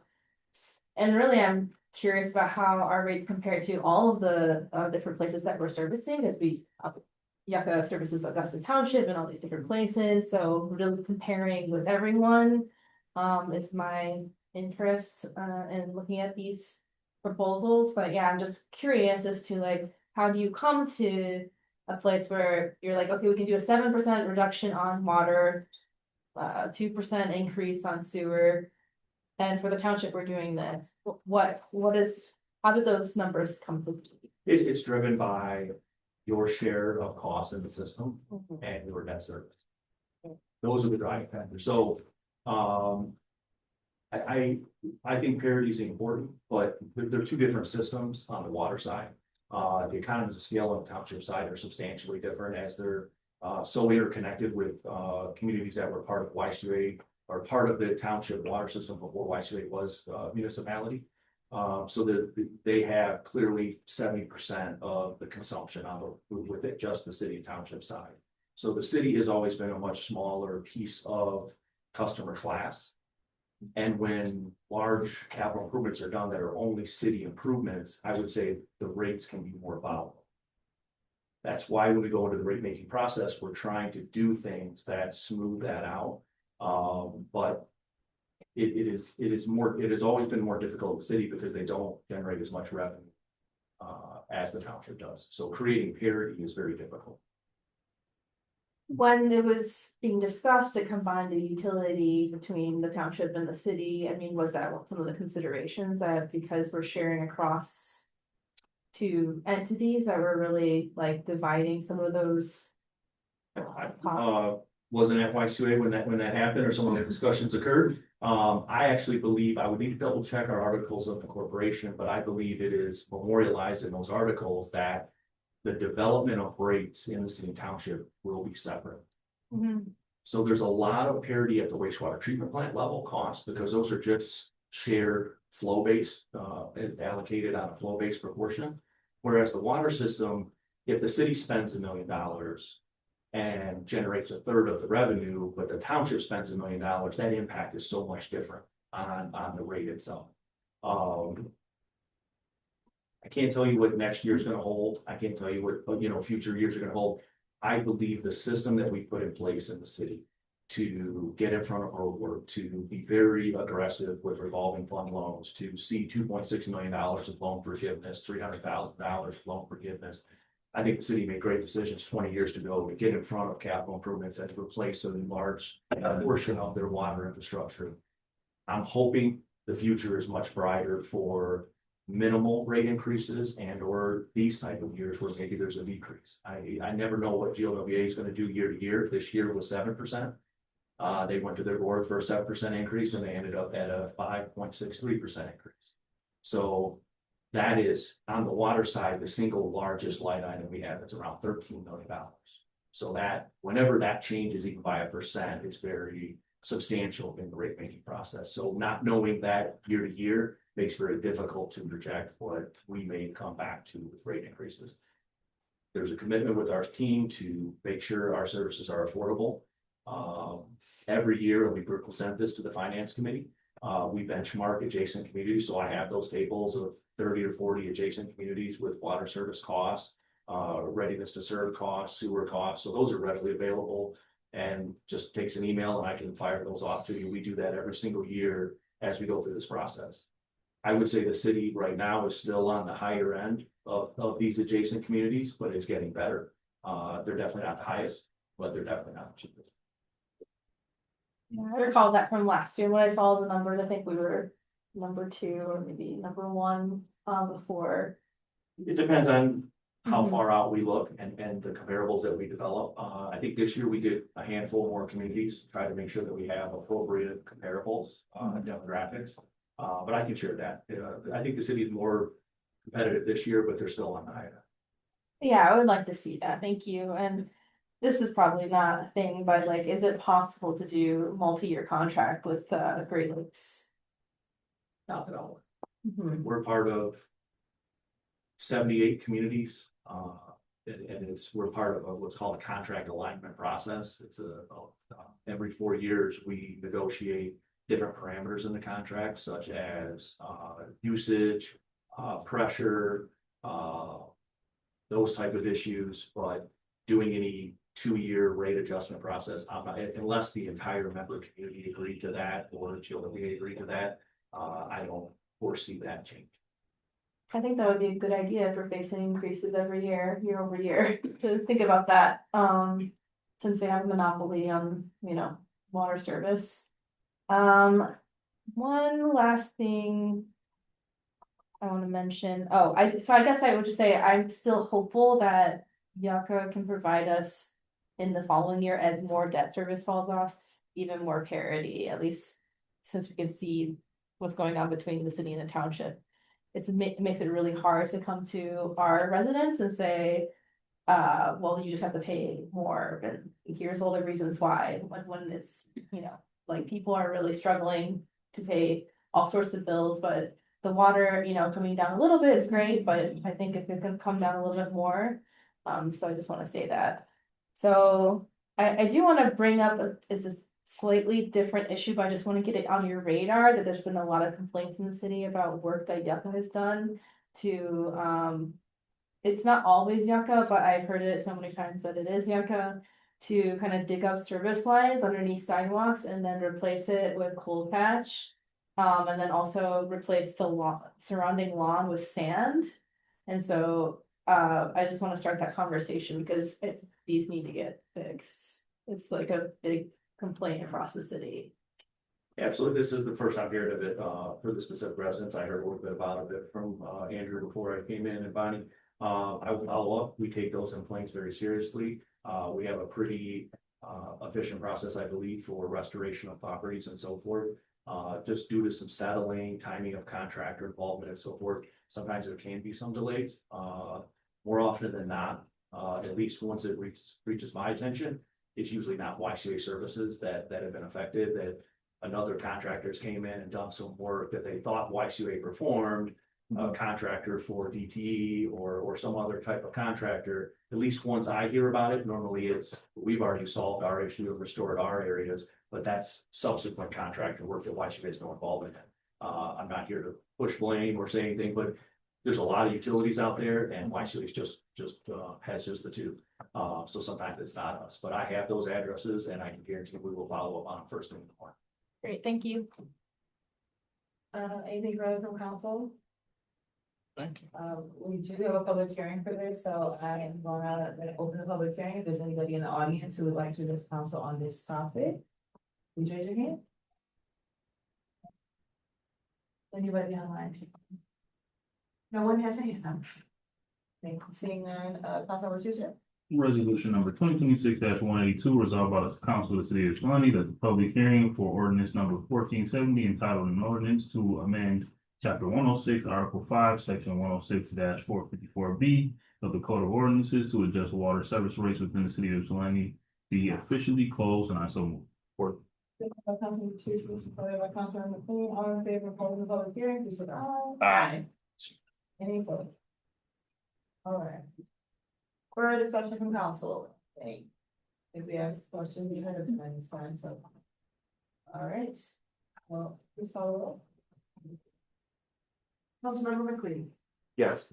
Councilmember King. Yes. Mayor Brown. Yes. Councilmember Phillips. Yes. Councilmember Tucson. Yes. Motion carries. Thank you. Councilmember Tucson, you have 183. Yes, I do. All right, so resolution number 2026-183, resolved by the Council of the City of Ypsilanti, whereas YCUA Board of Commissioners approved a recommendation to the City Council for an increase in sewer and readiness to serve rate. And whereas the proposed increase of 2% to city division customers would become effective September 1, 2026. And now therefore be it resolved that the Ypsilanti City Council approves an ordinance to amend chapter 106, article 5, section 106, 455A of the Code of Ordinances to adjust sewage disposal service rates within the city of Ypsilanti, ordinance number 1471 upon first reading, and I so move. For that. By Councilmember Tucson, supported by Councilmember Clayton.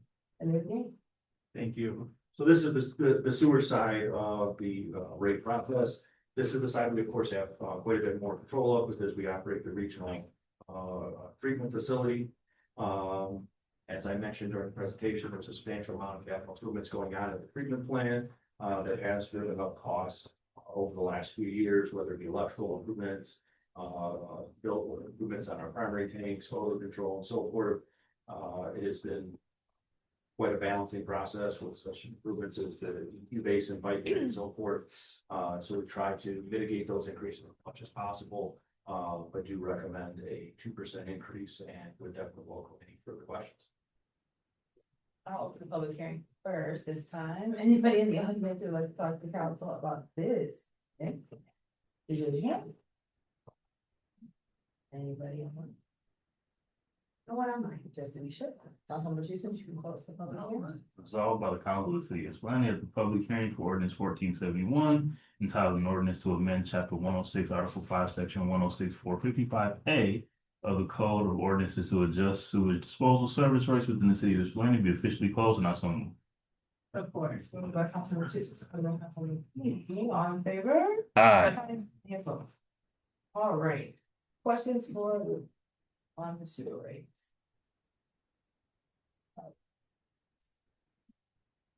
Seeing none, please call the roll. Councilmember McQueen. Yes.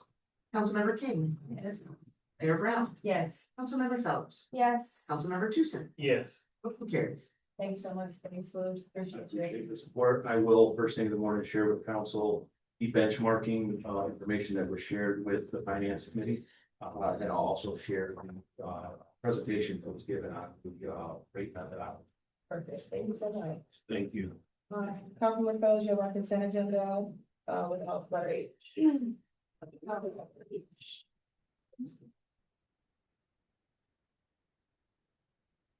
There's actually two things with the pyro. Is it just number 8?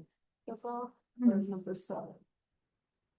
Yes, if I may, there are 2 resolutions for fireworks. I only noted one in the agenda. That was my mistake, and Okay. I'll bring it up when we talked about I'll take this off. it. We'll talk about that. Resolved by Council of the City of Ypsilanti that the following items be approved. Resolution number 2026-186, approving the minutes of the regular meeting of July 21st, 2026. Postpone resolution number 2026-144, approving the new collective bargaining agreement between the City of Ypsilanti and TPOM. The term terminating on June 30th, 2030, as presented and authorized by the mayor, city manager, and city clerk to execute the agreement on behalf of the city after approval by city attorney as to form. Resolution number 2026-187, approving the tying of teal ribbons in the business districts during the month of September for Tied Town Teal to bring awareness to ovarian cancer. Resolution number 2026-188, appointing residents Matt Jones, Barry LaRue, Erica Lindsay, Hannah McCready, Paul Schreiber, and Ann Stevenson to the HCC Study Committee for the amendment to Ypsilanti's local historic district until completion of the study. Resolution number 2026-189, appointing resident Caduceus to the Planning Commission with a term ending on July 1st, 2029. Resolution number 2026-19B, approving the request of Maniacal Meat Company located at 15 East Cross Street for a social district license contingent on the approval of Maniacal Meats Company's request for a local liquor license. And I so move. Support. It's been moved by Councilmember Fellows, supported by Councilmember Tucson. Please call the roll on the consent agenda. Councilmember King. Yes. Mayor Brown. Yes. Councilmember Phelps. Yes. Councilmember Tucson. Yes. Councilmember McQueen. Yes. Motion carries. Thank you. Councilor King, you have resolution 1973.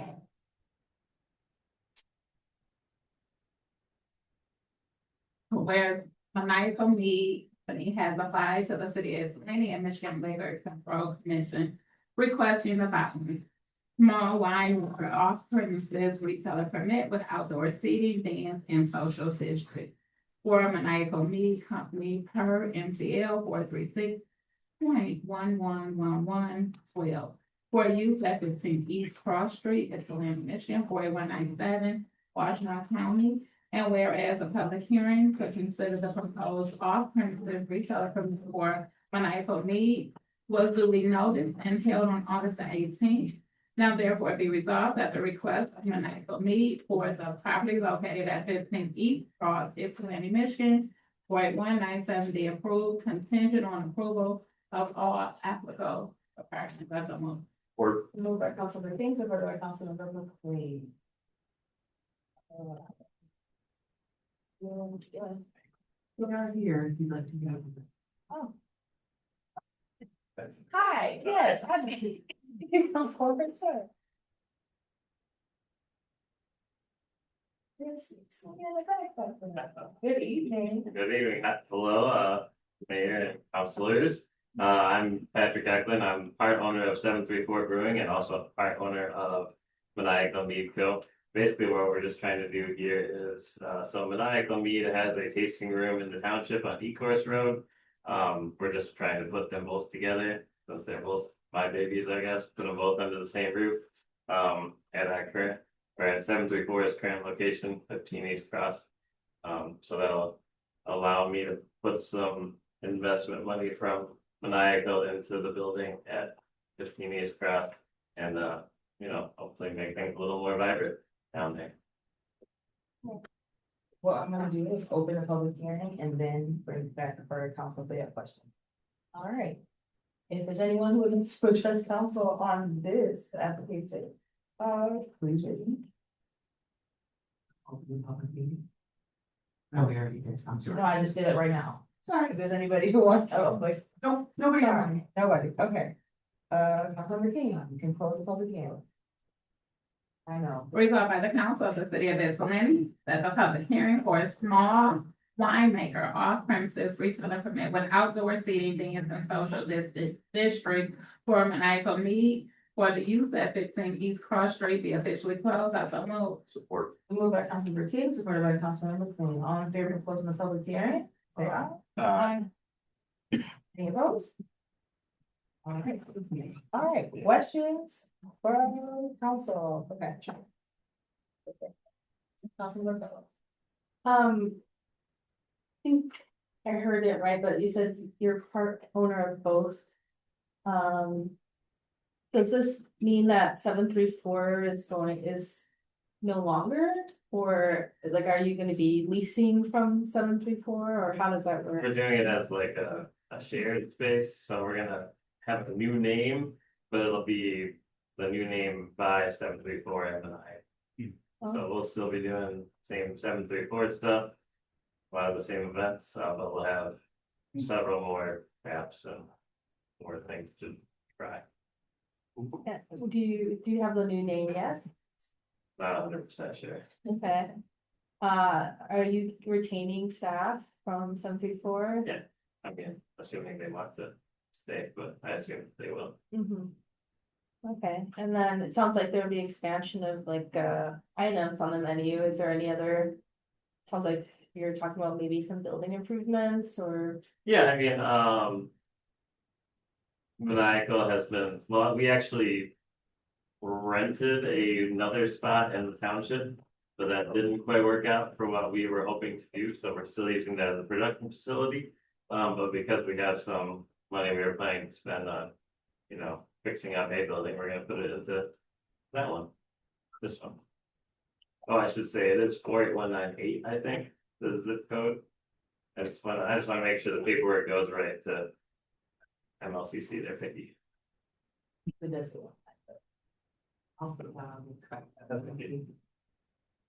Further comments or questions from council?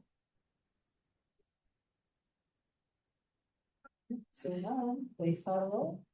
Thank you. Thank you. Mayor Brown, Yes. Councilmember Phelps, Yes. Councilmember Tucson, Yes. Councilmember McLean, Yes. Councilmember King, Yes. motion carries unanimous. Thank you so much. Councilmember King, you have 179. Resolved by the Council of the City of Ypsilanti that attached fee schedule is adopted pursuant to the Ypsilanti City Code. And the following fees related to various sections of the city code and activities of the city are hereby established. And the various city departments are authorized to charge and collect such fees effective immediately. I so move. Moved by Councilmember King, supported by Councilmember McLean. Council, this was presented at the July meeting. It was asked to be tabled, so council could reach out to their constituents and ask questions about the fees. So myself and other staff members are here to answer any questions that you might have.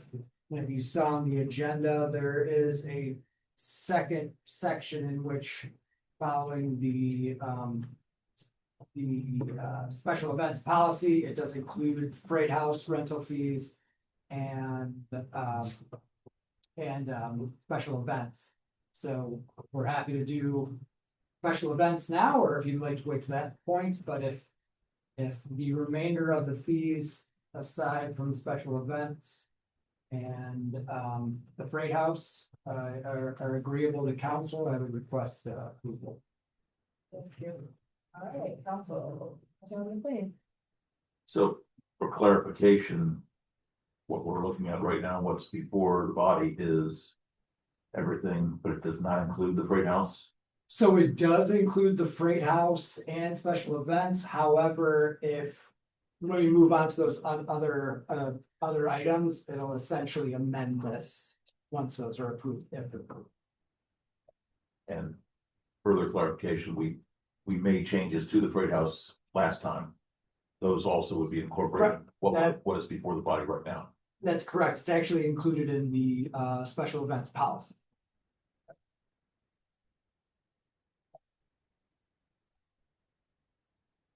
Well, questions or comments on the fee schedule? I just have a quick one. When I was looking at the schedule, I was just thinking about the Juneteenth parade that was proposed. And I was looking at the fees and why I didn't have that contract in front of me. I know we never seen it, but the fees were pretty outrageous. And when I was looking at the fee schedule, it did not seem like the cost would amount to what we heard potentially it was. So correct. For a parade, yeah. What we were looking at is mostly staff time, looking at, when we updated the fee schedule last time, that was all removed. But a parade it requires a substantial amount of police presence as well as DPW staff. So that's why that cost was where it was. I did indicate to the organizer that we were only concerned about the labor costs. But again, nothing was ever applied for. So we usually typically do if an event has all fees waived, if they expand it, then that's gonna need to have council approval to remove those fees. Which I encourage them to apply so that council could do that, but organizer didn't wish to move forward. So I guess one of my questions is, for a parade, even though it said like for $90, I have to look at the exact page. We wouldn't include the police presence and the DPS staff in that fee so people would know upfront. So we would just basically charge costs. We typically do not have any type of police involvement other than a parade, because certain intersections have to be closed off. We are working to, instead of using police, do a volunteer basis, and then those event organizers would need to provide that training to take a little bit of burden off of our staff, but we did not have that in place at that time. Okay, great, thank you. You're welcome. Anything further on the fee schedule? What's my thoughts?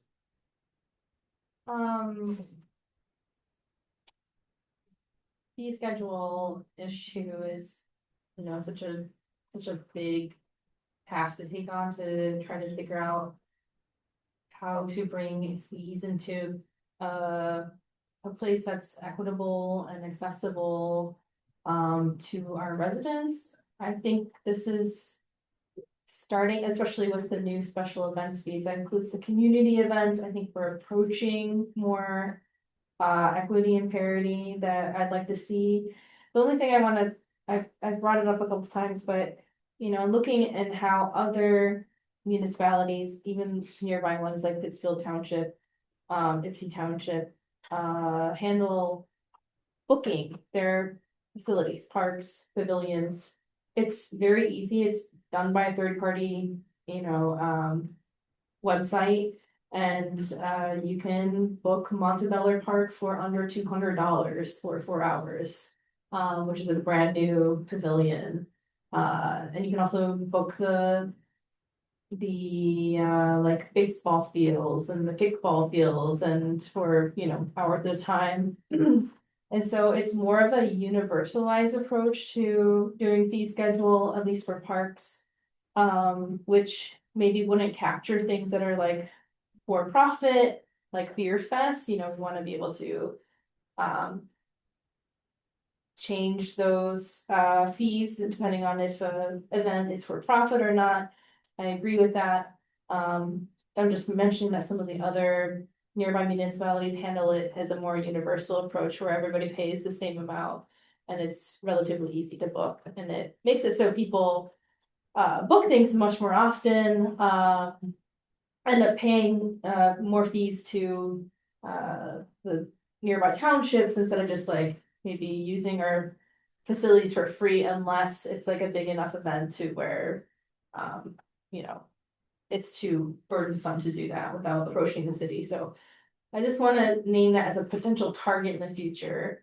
I think given we've been talking about the fee schedule for a little while, adjust it for now. I'm mostly gonna support what we have in front of us today. I just imagine there's gonna be situations that come up that we bump into. One of the things I did see already is that we charge for if someone is bringing a sign into a park. I'm kind of curious as to why that is, like bringing signage is fairly $50 fee. But I'm a little concerned for those kind of like nickel diming type of fees. I also asked Bonnie earlier, I don't know if there's an answer now about let's see, what was it called? Capital improvement fees for Riverside and Frog Island. Where is this coming from? Why are we charging it? I would like to know that. Now, is this a part of the specific fee schedule, or is that going to be later on with those? I think it's in both. Well, it's not. No, it's not in the later one. It is in the current bill. I would like to have the answer for that, but yes. We did email you about that. I think everybody should know. Yes.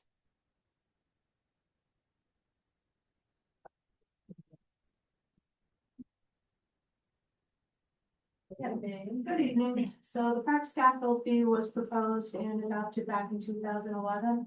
The intent was to capture some of the revenue from the larger events and apply it to capital improvements throughout the entire park system. Although the intention was quite noble, it doesn't align with how Bolt is applied to cities, so we have discontinued its use. We may choose to revisit it in the future at council's pleasure, but it's no longer sustainable as it was. But we're still applying it to Frog Island Riverside. Not as proposed. That's proposed. So what is the new? Zero. Yeah, For no not capital improvement fee. for anything. Okay. That's helpful. I think the other thing I wanted to bring up was that there are a number of events that are currently booked, and haven't happened yet, that have kind of been booked in that in-between time between when we approved the budget without any fee waiver budget, and now when we're adopting a new fee schedule that includes community events. And so I know of some of those events, our community events would be applicable to this, so. You know, when we emailed about it, you said that if the contract is signed, then this would new change would apply to that. I think it would be good for the city to let those applicants know, if these new changes apply to them, so they can cancel their existing contract and make a new one, because I just don't think it's. Chooses, then that would be. Yeah, I'm saying I think that's only fair, given we don't have any, fee waiver application form anymore, no budget for it. And there was a gap between June and now, so just those events should be able to, utilize these new changes. That I would recommend that actually be a resolution of council. Or added on to the adoption of fee schedule, the next fee schedule, not this fee schedule. The event, special events one. Okay. Further questions or comments from council?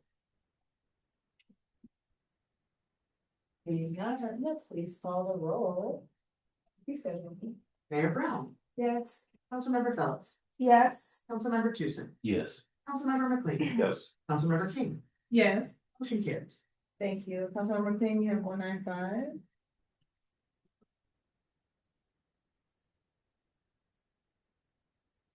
Resolved by the Council of the City of Ypsilanti, whereas Peru Community Credit Union has submitted an application requesting the rezoning of property located at 424 South Mansfield from PMD, Production, Manufacturing, and Distribution, to GC, General Corridor. And whereas requested rezoning has been processed in accordance with the requirements of the Michigan Zoning Enabling Act, Public Act 10 of 2006, as amended in the City of Ypsilanti zoning ordinance, and whereas the Planning Commission will have a public hearing on the proposed rezoning on June 17, 2026, receiving public comment and considering the application, staff report and applicable documents. And whereas following its review, the Planning Commission recommended approval of the proposed rezoning to the City Council, and whereas the City Council conducted a public hearing on the proposed rezoning on July 21st, 2026, receiving public comment, considering the application, staff report and applicable documents, and approving its first reading of the rezoning request, and now therefore be resolved that the Ypsilanti City Council hereby approves at its second reading ordinance number 1466, amending the zoning map to rezone the property located at 424 South Mansfield from PMD to GC. Support. Supported by Councilmember Tucson. Anything else for us about this? Nothing is ultimately changed. If you guys do have any lingering questions, I'm happy to answer. About the proposal, let me know. Thank you. Questions or comments from council?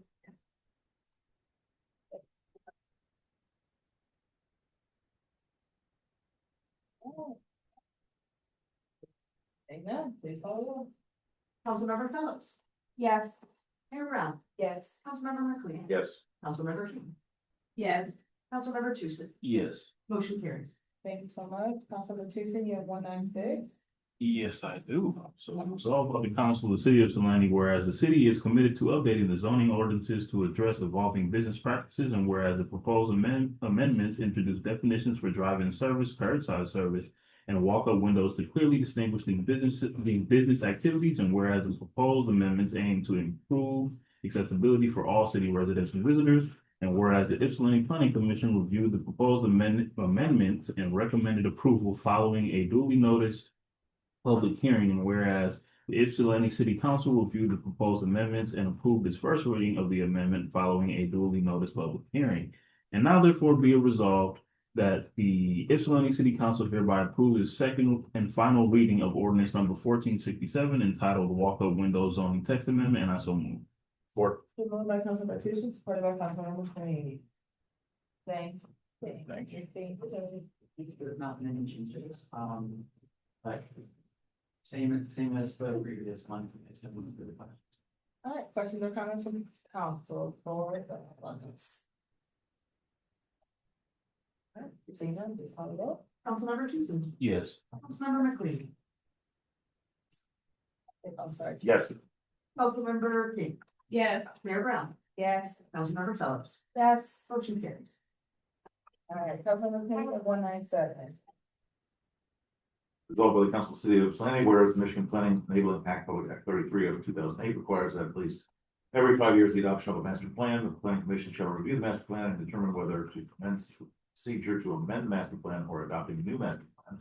And whereas the city adopted the Shape Ypsilanti Master Plan in 2013 and last amended the plan in 2021, and a comprehensive update is warranted to reflect current conditions and provide a current policy basis for land use decisions, and whereas the city of Ypsilanti issued a request for proposals to a comprehensive master plan update and received 8 proposals, and whereas the proposals were evaluated by staff selection committee on the basis of proposed approach, team qualifications, community engagement scope, regional and local experience, proposed level of effort, and total fee, and the committee unanimously ranked proposals submitted by the Smith Group as the highest ranked proposal, and whereas the adopted budget includes $100,000 for the comprehensive master plan update, of which $50,000 is anticipated from the Michigan Economic Development Corporation grant, and the Smith Group proposal is within the appropriated amount. Now therefore be it resolved that the City Council of the City of Ypsilanti awards the professional services contract for the comprehensive master plan update to Smith Group in the amount of $96,900 to be funded from 101-7210-7818-00. Be it further resolved that the City Council authorize the city manager to execute the contract on behalf of the city following review and approval as informed by the city attorney. I so move. Support. Moved by Councilmember McLean, supported by Councilmember Tucson. Good evening, council and mayor. So resolution kind of said it all. I think we put together a pretty comprehensive RFL, except for the subject, but people used to use the same templates, and so the actual subject is wrong on the actual RFL. It does say demolition of dangerous building. That is not what it is. Like the resolution stated, we had 8 proposals. We had 4 really good proposals and really 2 outstanding proposals. And then so we tried to figure out what the best way to review it. We kind of gave, I think, pretty detailed notes, and I don't know if anyone has any questions on it. So the top 1 and 2 were Smith Group and OHM, and they're within $2,000 of each other. We did get the final paperwork for the grant from the MEDC, and so we did receive the $50,000 to help pay for half of this, which is a huge relief. Staff felt that between Smith Group and OHM, based on the experience that Smith Group has, they're normally more of a national firm, but they're located right here in Ypsilanti. They do have local staff that live in Ypsilanti that will be working on the plan, and just the breadth of knowledge and experience. That was where it came in. We also compared hours, based on what was done, and the lowest, so just the Spalding Decker was the lowest amount of hours, and also the lowest pay, and they had probably the least amount of experience. And so we kind of tried to figure out the best way to do it. We wanted to keep it for our purchasing policy as local as possible. Both OHM and Smith Group have local offices in Washington County. And so that's kind of what we have. I know Josh and Gary in our office really liked the attention to detail that some of Smith Group's master plan had gone into, and that was a really good fit, and I completely agree. I think either one are a really good company. Well, we kind of thought that would be the best match. So I don't know if anyone has any questions. Thank you for that. Questions, comments from council? Councilmember McLean. Thank you, Joe. Does the master plan include an implementation plan as well? Ours currently hasn't. We've done a lot of what we wanted to do. We can't ever do everything, obviously, because things change over time. I think the biggest regret is that we wanted to, but it was a 20 or 30 year plan, but 2 AR streets, that's still obviously an active discussion. But most of what we wanted to actually do in our master plan, we really accomplished a lot of. And now that's why instead of going for just a smaller update like we did in 2021, really doing a little bit bigger detailed look. because 2013 was a long time ago. Whereas, 2026, 7 is a lot farther beyond that. So I think when we updated it in 21, we did a really good job. And updated it, but we really do need to do a little bit bigger of a dig and dive in. Josh is gonna have to stay with us for a good long time, right? Josh is already working on the public engagement strategy as we speak, and we actually had a meeting with our comms team to really help push that out. And so my staff's really excited to get their hands dirty in the public engagement on top of having some outside help facilitating some of these meetings. Councilor King? What does the public engagement look like? Every ward, or is it just one central place? I'm gonna have Josh actually speak to that. He's been working on this pretty aggressively. Yeah, so there's a lot that we are working on in terms of the community engagement. Not only will we be doing community engagement meetings here in City Council, but in council chambers. We also know that generally there are populations that have historically been disenfranchised, and so we also want to go into people's neighborhoods so that they don't have to come to us, but rather we go to them. And so as part of the strategy, we basically took the city's census tracts and split the city up into basically a north side, east side, west side, and south side. Obviously, there's a map that I created, like that's in our system, but basically it is drawing directly from the census tract lines themselves, and so that's why it might look a little funky based on what determines north side, west side, east side, south side. It's just, making it easier to organize data. But yeah, basically we'll be having, the same types of meetings here in council chambers. We'll be going into the neighborhoods and having that same exact type of meeting. On top of that, we will also be doing pop-ups at different community events. So, potentially Fall River Days might be one of the first ones that we do. So we want to make sure that we are actively meeting residents where they're at. We do have a draft survey also prepared as well. We'll be doing a video series, and I already have the transcript for the first video done. So we'll hopefully have that in the next couple of weeks being produced. But ultimately, there's a lot of community engagement that we're doing, but ultimately, we'll be doing a lot of social media engagement. We'll have yard signs that we'll have. I don't know how many yard signs just yet. We're gonna look at the budget and everything, but we'll have a QR code to basically link people to that survey or to the master plan website where they can get a bunch of information on what is the master plan, be able to review our master plan, and have, all types of information like where we are in the updating process. So yeah, there's a lot that's coming.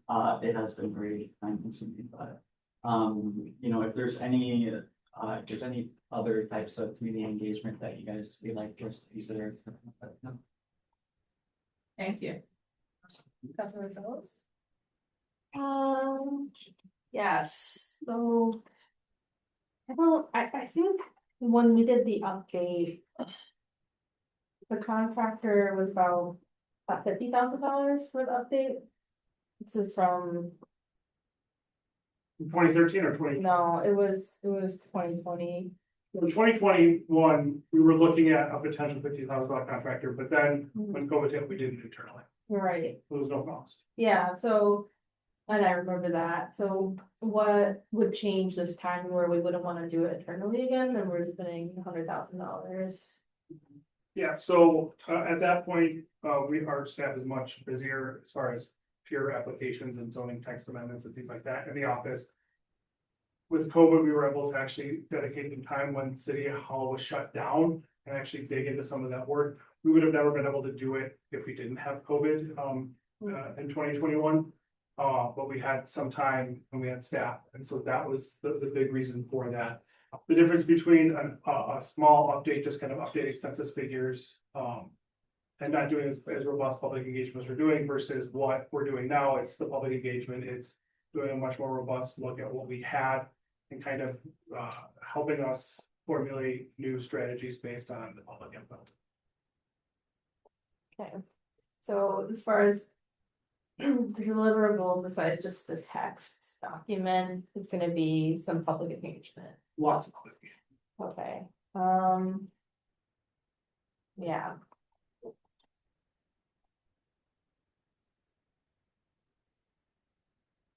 And you think that it's because of increases to current like zoning text amendments that makes it so we can't do it internally? So when COVID hit. And a lot of our permit applications kind of dwindled and staff was working from home. And we just had a little bit more time in the office, and so that's where we were able to be a little bit more creative and do some of the things that we could have not done if we would have. We wouldn't have had COVID. But you know, as staff changes and as people expand their roles, at the point where that was happening, the city planner wasn't reviewing zoning. At that point, the building official was, which didn't make any sense because the building official didn't know the zoning ordinance. And so that is tacked on a substantial amount to the city planner. And so with all of those things, there just isn't the time and the place where, on top of the fact that we do have a grant to pay for half of this. Yeah, And costs have gone up substantially since 2020, which is a bigger part of the increase. understood. Yeah, I mean, I know that we budgeted for this, so it's not like we're budgeting outside of what we were already budgeted for. However, it's basically like a whole staff position, you know, the amount of pay, we could add city staff for it, so it's just something that I think about. At least going into the future is if we wanna increase kind of private consulting contracts, or if we would like to bring some of these jobs in-house, so we are providing like good paying public service jobs to the community as well, so I think, you know, I would expect a lot to come out of this contract if we're gonna spend that much. Much more than just like the master plan document and implementation plan and public engagement, but something that would be like lasting for people in the community to be able to look at and actually find that they can track if progress is being made, instead of just like, oh, progress has been made on the last master plan, and I don't know. One of the things that I believe definitely needs to be addressed in this master plan that wasn't as addressed in the last one is like our current housing crisis and homelessness in Ypsilanti. R1 zoning is also going to be a thing that's going to be talked about a lot in the community, I'm sure. Anyway, hopefully, if we're going to spend this money on the contract, we will have lots of engagement with council too between now and whenever this is finalized. Definitely. Further questions or comments? Review. Please call the roll. Councilmember McQueen. Yes. Councilmember Keating. Yes. Mayor Brown. Yes. Councilmember Fellows. Yes. Councilmember Tucson. Yes. Motion carries. Thank you so much. Councilmember Fellows, you have 1 minute 8. Resolution resolved by the council of the city of Ypsilanti, whereas the October 2018 OHM Advisors Park Restroom Evaluation Study documented the renovations required to return the city's park restroom facilities to a safe, accessible year-round public service. And whereas staff has escalated the study's estimates to $2026 and added the Candy King Park facility, resulting in a combined estimated project cost of approximately $558,000 for the renovation of restroom facilities at Park Ridge Park, Riverside Park, Prospect Park, and Candy King Park. And whereas modern, hygienic and accessible park restrooms are a priority for improving park equity and user experience, consistent with the city's 2026-2030 Parks and Recreation Master Plan. Now therefore be it resolved that the City Council of the City of Ypsilanti approves the park restroom renovation project at Park Ridge Park, Riverside Park, Prospect Park, and Candy King Park, and authorizes staff to competitively bid the work. Be it further resolved that the City Council approves utilizing funding from CDBG and releasing an RFP for the project. And I so move. Support. And moved by Councilmember Fellows, supported by Councilmember Lee. Hello. So to give you a little bit of background on how we ended up here, back probably 6 months ago, the city manager proposed an idea of having self-cleaning restrooms in our parks. And the plan was to go with 2 of those. and really digging into the numbers, and we've kind of put those numbers, those estimates in this proposal. Self-cleaning systems, you're looking at anywhere $450,000 per bathroom, which was pretty exorbitant. And we have $900,000 in CDBG funds that we can actually play with. So then the city manager tasked me with working with the building official, who's also a licensed builder, to actually look at the bathrooms and see really what could we do with what we existing have instead of building these, kind of placing these new self-cleaning systems. So we went through and investigated what we had, looked at what OHM had done in 2018 and then revised it in 2021. And revised those numbers, and we realized we could get not just Parkridge and it was Prospect Riverside. We could also have Prospect, and then the city manager was like, well, let's get one in each ward, so we could have a working bathroom at our major parks and in each ward. And there would be 2 in Ward 3, but that's this Riverside Park is kind of for the whole city. So we looked at it, we took a deep dive and looked at how we could actually estimate the costs.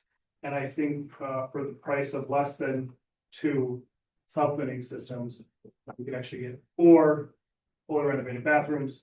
The trade-off is a self-cleaning bathroom would be less annual maintenance, whereas a renovating existing bathrooms would have more annual maintenance. But in going to what Councilman Fellows talked about, I'm working with the city manager about potentially in-housing some of the janitorial service. I know we're about to approve a janitorial service now, but really kind of bring that in-house to actually have somebody responsible for maintaining these bathrooms on top of other facilities over time, because I completely agree, why outsource something that we could actually do better and more efficiently in-house. And so that's one of the things we're looking at.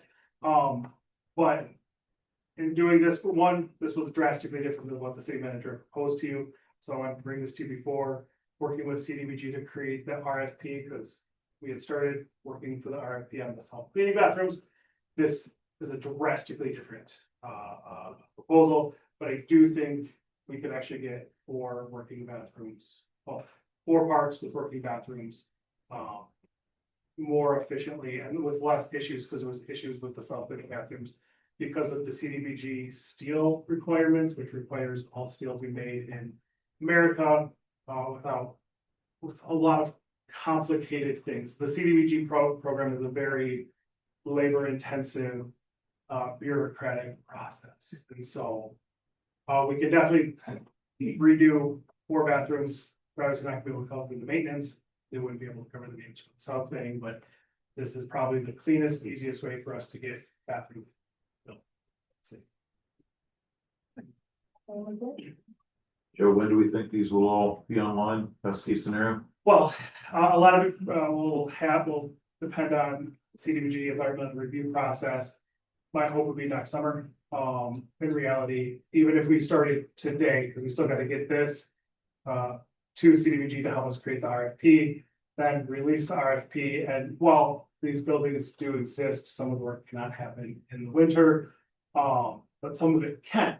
And so there are some differences there. And so I would say to give a realistic goal and not a 2 months, right? It would be next summer, but we're going to be working all the way up until then to get this done due to the CDBG requirements.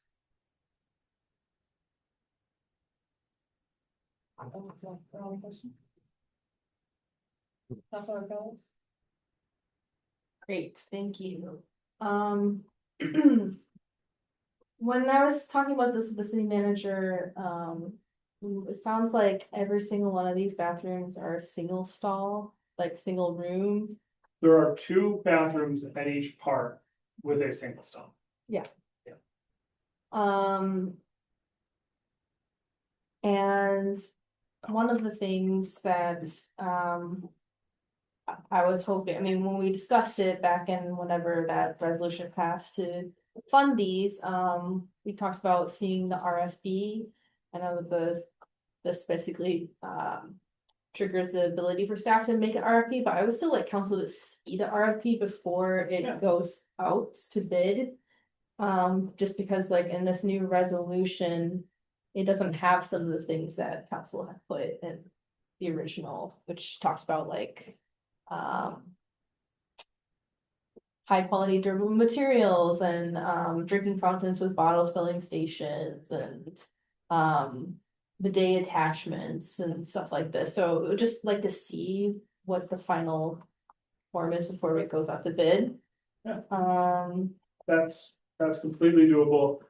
That, once again, and it will, that's where sometimes, next summer is probably a very realistic thing, just because we have to get the RFP created, and CDBG really does handle. It's funny, when we put out an RFP for something, just a city project, it's 20 to 30 pages. When you do a CDBG project, it's 200 pages, and so I think there's just a lot of governmental ease. We might be able to actually get you the meat and potatoes of the proposal that has everything you're talking about, because the vast majority of that, I don't know if we had the bottle filling stations in there, but that's not that challenging of a thing to add, right? So it's one of those that, like, we could definitely get that. Do you want to see the entire legally CDBG stuff, or do you want to see what we're going to be bidding out? Primarily what we're bidding out for, and just making sure, yeah, I mean, a lot of the bathrooms are being made today in different parks around us have the exterior, exterior drinking fountains, the bottle refilling. And so I think another part of the RFP I was curious about is if it could be flexible enough to include options for demo reconstruct as well. Because there might be some bids out there of people are like, we don't know if we want to rehab the existing structure, but we could do this instead. Yeah, it's just like another. And there's one bathroom that we have learned is we have some concerns about, that's Candy Cane Park, just because there's some foundations, just they're not that big. Like, even if you were to, because of ADA requirements, Yeah. like, it's funny, they're probably an ADA and a half bath when you go inside these structures, which is kind of weird, because it's like you can't really put another stall in adequately. And so I hear you, but they're like too small to have more than one bathroom. There's one that is not ADA, and it's at it's not part of this plan, it's at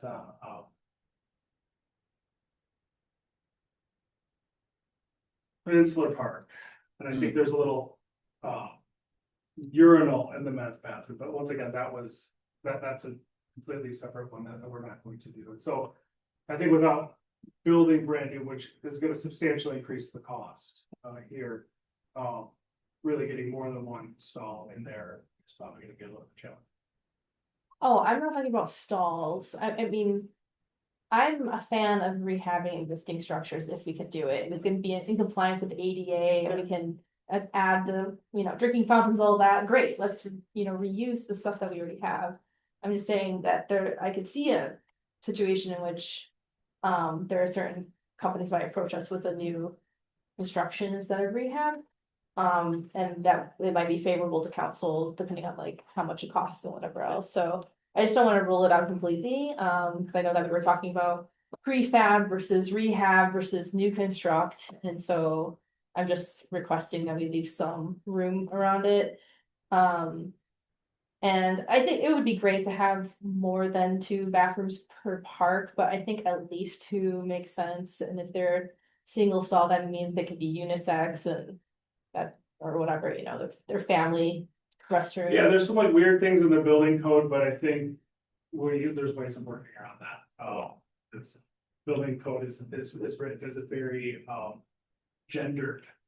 It would be best if they were not gendered restrooms, especially if they're single stall. Yeah, okay.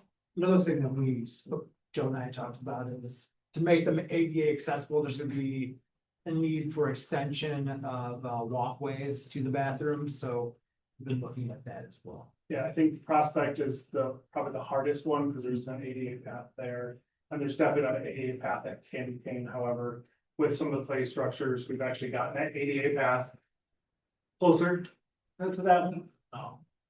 But like essentially what we're hoping for out of today is, number one, we want to go with rehab and potentially replace, and that could be added into the bid. It just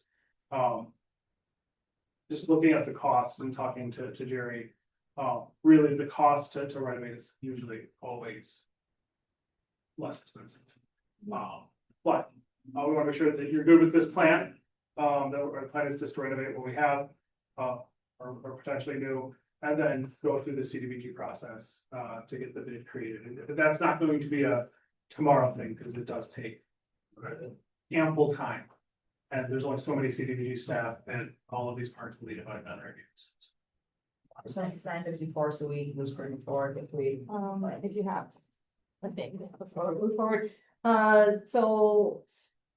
You know, with regard to Prospect Park, I mean, it would be great to have the ADA path anyway, even without the bathroom.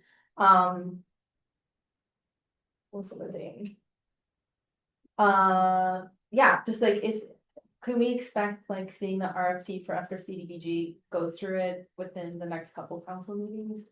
So it depends on, well, I will get back to you on that, just because, if this gets approved, because. To see the CDBG RFP has to be it's a lot much longer document. We might be able to actually fine tune it and get you similar to what this doc is, but with just a little bit more detail. That sounds great. Okay. All right. And further? Please call the roll. Mayor Brown, Yes. Councilmember Phillips, Yes. Councilmember Tucson, Yes. Councilmember McLean, Yes. Councilmember King. Yeah. Thank you. Wonderful. Mayor, move to extend the meeting until 11 o'clock. Support. Support. Alright, all in favor, please say aye. Opposed? Hey, about 10:30. Oh, we have a whole other page just saying, to go. Yes. The Councilmember Simpson, you have 199. Yes, whereas the city of Ypsilanti is a member of the Michigan Municipal League, and their annual convention will be held in Traverse City October 7th through the 9th, 2026. And whereas the city has received a request from NML to designate an official who will be in attendance at the convention as our official voting delegate, as well as designate an alternate. Now therefore be resolved by the Council of the City of Ypsilanti that blank be appointed as voting delegate, and that blank be appointed as alternate delegate for the Michigan Municipal League Annual Convention to be held in Traverse City October the 7th through the 9th, 2026. And I so move.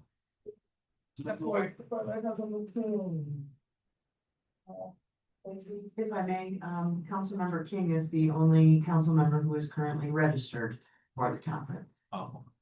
But they do want us to designate one member who would be the voting and then possibly an alternate if we have somebody else who would come. Okay, so I'm sorry, I saw your email. Be there. Yeah. So, Should you be the fourth thing? It's Georgia, I think. and then the alternate will be Councilmember King. That's cool.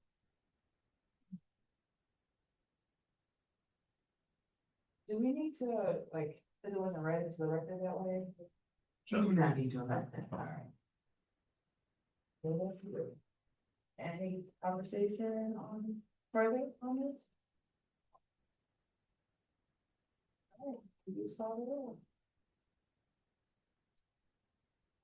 up. Councilmember Phillips, Yes. Councilmember Tucson, Yes.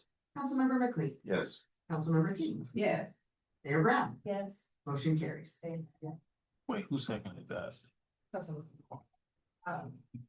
also. Yeah, just.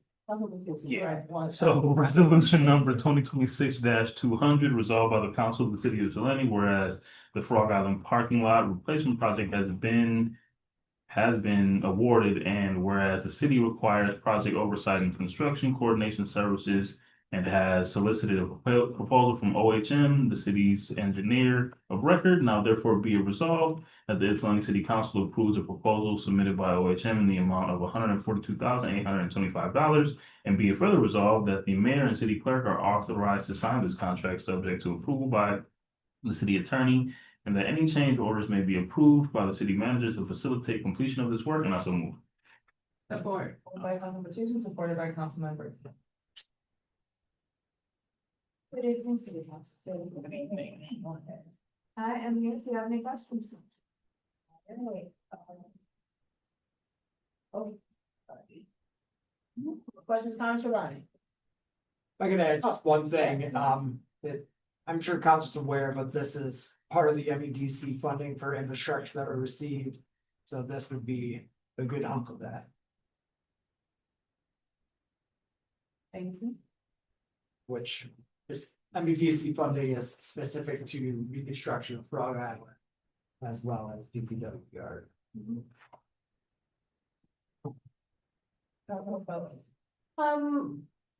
First, I just wanna uplift that the comms team did, do some outreach to the public or to let them know this was happening soon and that there would be some conflict with Ipsy Pride, and I thought that was good communication to give people expectations of what to expect. I am worried about how that's gonna go. If we might have like a plan for busing people or something, because there will be much less parking than in previous years. So we've actually worked out with the contractor, the lot is going to be open and safe to park in during Ipsy Prime, so for the 30th.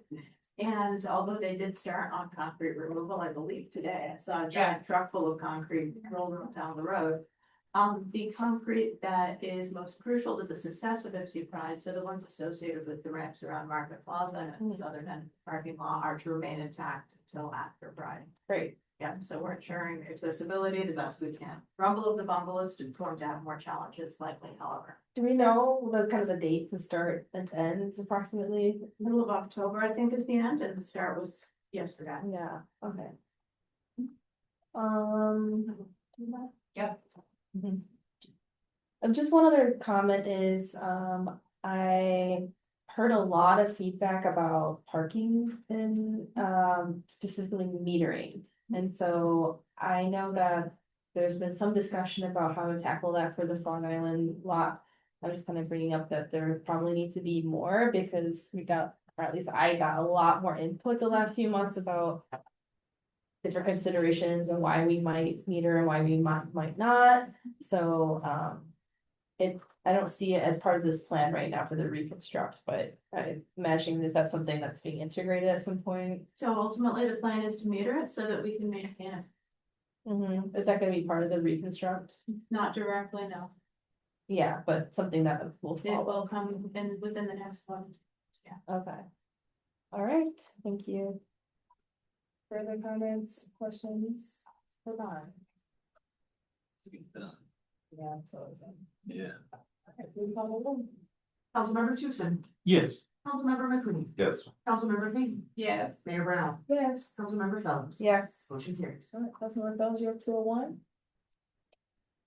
Resolved by the Council of the City of Ypsilanti, whereas the Prophet Road Bridge Design Superstructure Replacement Project will be led through the MDOT Local Agency Program and is programmed for the state fiscal year 2028 funding through the Neighborhood Roads Fund, and whereas the city requires project oversight, testing, and design services, and solicited a proposal from OHM, the city's engineer of record.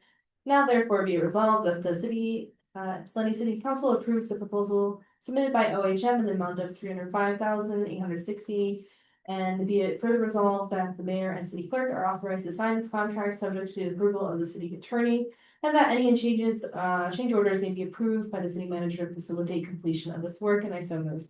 Support. It's been moved by Councilmember Fellows, supported by Councilmember Tucson. Okay. How are you this evening? Again, would love to answer if you have any questions. Just for Ronnie, process. Bridge. Councilmember Fellows. This one. I mean, one of the things I think I saw was that there's gonna be expansion of the sidewalks, that sounds great. Thing I always wanna bring up in any of these major reconstructions or, changes to our roadway is non-motorized, including bike. And so I'm wondering, like, what are we doing as far as preparing and thinking about future bike infrastructure and how the bridge would be So I believe we're still looking at the feasibility of adding dedicated bike lanes or at least space for added bike lanes. The superstructure is very wide right now because it is 2 lanes. So I believe that we should have ample space. We're still in the design phase though, so I can't guarantee. And one of the things that the planning department is actually pursuing in parallel is ensuring that there is actually added to the non-motorized transportation plan a provision that one of the goals of the city is to approve non-motorized transportation on all of these bridges and significant infrastructure features, because that helps us actually secure funding from our federal partners to supply these things. Right now, it's a wee bit interesting, but it's still a good plan for the long term and should help us in other bridge replacements in the future, which we hope not to have to do on our own for quite some time, but the Michigan Avenue Bridge is coming up under MDOT's purview in approximately 2030. So that is something that we are hoping to ensure that they consider in their design. As you've noticed, no doubt, the sidewalks on both sides are rather narrow and if nothing else, we need wider sidewalks. So is that meaning that we're probably considering going down to 1 lane each direction? That makes sense to me, given that seems like the traffic is not impeded now, it's probably less wear and tear on the bridge in the long term and. Yeah, that sounds good to me, so I'm just like hoping then there's some like conversation in the design. We want to plan for the future and we want to plan for the mode shift we want to see. Thank you.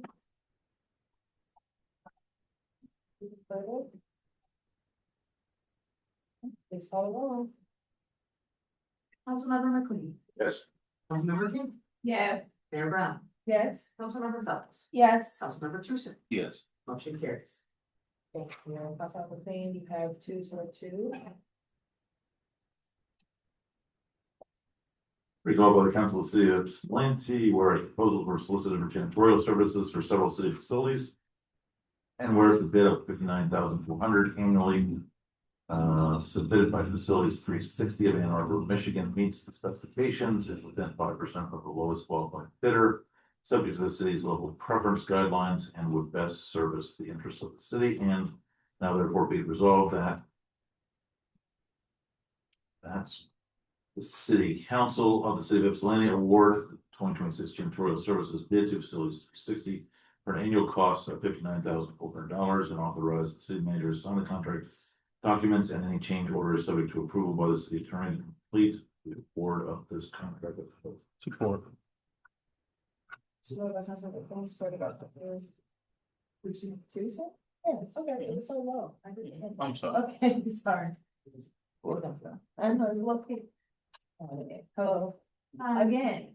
Once more. Yes. After 10 PM, my rule is I'm just here if you guys have questions.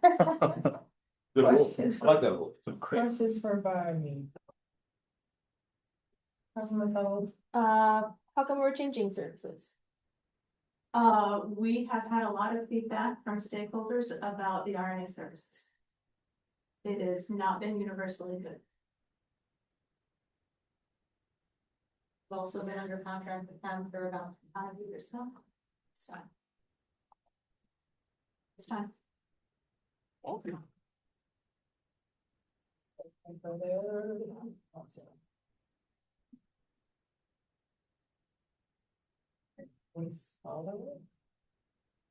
Councilmember McLean. Yes. Councilmember King. Yes. Mayor Brown. Yes. Councilmember Phelps. Yes. Councilmember Tucson. Yes. Motion carries. Thank you. Councilman King, you have 203. Whereas the city of Ypsilanti helps to host hundreds of events per year, both public and private, in its parks and public areas, as well as within the Ypsilanti Playhouse. And whereas the special events policy was last significantly revised more than 10 years ago. Whereas the city has reviewed the policy and made updates to align with the current ordinance and the adopted policy goals of the community. Now therefore be resolved that the city of Ypsilanti City Council adopts the special events policy as so moved. So moved by Councilmember King. Support. Supported by Councilmember Tucson. And one of them. This one, others, I generally, my rule is after 10 p.m. I'm only here to answer questions, but I did send you all an email earlier on that compiled some of the questions I had been asked, prior to the meeting, both at Parks and Arts last night and generally via email from members of council. So, one was, how are the insurance amounts set? Generally, they're set on the advice of our legal counsel. Two, there's a discrepancy between an amount mentioned in the text under 5.2 alcohol and in the table, which is correct, the amount the table rules, and upon adoption, that table will take precedence and correct the amount of text. What happened to the capital fee? What was it? We addressed that earlier on in the larger fee schedule section. The community events policy, it doesn't seem to automatically apply to nonprofits. That is an intentional choice. Oftentimes, people who are not nonprofits hold community events. So people who are individuals, Anthony Williamson is usually a great example. He helps to host things like the Park Ridge Summerfest. He is very active in about at least 3 different organizations that I know of, and sometimes he's doing it as an Anthony Williamson thing, and sometimes he's doing it as Men and Women Working for Change, or part of the Park Ridge Committee, or this, or the Housing Commission, and it's fascinating and wonderful, and we want to see more Anthony's in the community. But we know that other individuals actually do step up to help run some truly lovely events that bring a lot of vibrancy to our community. So the goals that we have intended to reach with the community events was to encourage more events that were open to the public, provided low-cost recreation opportunities, and to and vendor fairs that provide market opportunities for local artists and artisans. So nonprofits are sometimes organizers of these events, but not always, and nonprofits occasionally hold private or semi-private events such as donor appreciation events or employee things or events that are specifically for their clients. Although we love to host them in our parks and in the Freight House, we recognize that this does not always align with the stated intent that we've heard from Council on Parks and Arts. So if council wants to open that up, of course, it's your will. We're just aligning with what we've heard so far. Security deposits, what are they meant to cover? They are meant to cover and have been charged when there's significant damage, like tire ruts in the parks or broken pictures and frames in the Freight House. They're meant to cover the cost of site restoration or repaired items. Security deposits, much like other fees, are also forfeit when there's a rule or ordinance broken. The most common ones are driving in the park without approval or staking things down where they shouldn't be staking things down. The vast majority of the time, deposits are fully refunded. When would these changes take effect? We addressed that earlier on. Yes, generally, these fees are a lot lower. The aim here was not to cover the entire cost of putting on events or to staff and to the operational budget. But just to cover the direct costs in many cases of having a person there to either check on the site beforehand, to assist with an event as it's going on, or to check on the event afterwards to do the direct setup. So we are not attempting to, as we have in years past, incorporate some of the ongoing maintenance costs, the costs of maintaining things like barricades, costs of maintaining the electric in many of our parks, fun things like that. So this is generally incorporating only the operational costs. Yes, the direct operational costs for actually having the event, capturing a bit of the maintenance costs. So the things like janitorial and whatnot for the non-resident events, with the understanding that residents are subsidizing the events already through the general fund and property tax. So, hopefully that explains things. We've gone into a little bit more depth, but we've heard a demand for lower fees and we've attempted to accommodate that. What is the process if something new or weird or cool happens? What happens if an exception needs to be made or something is done on the fly?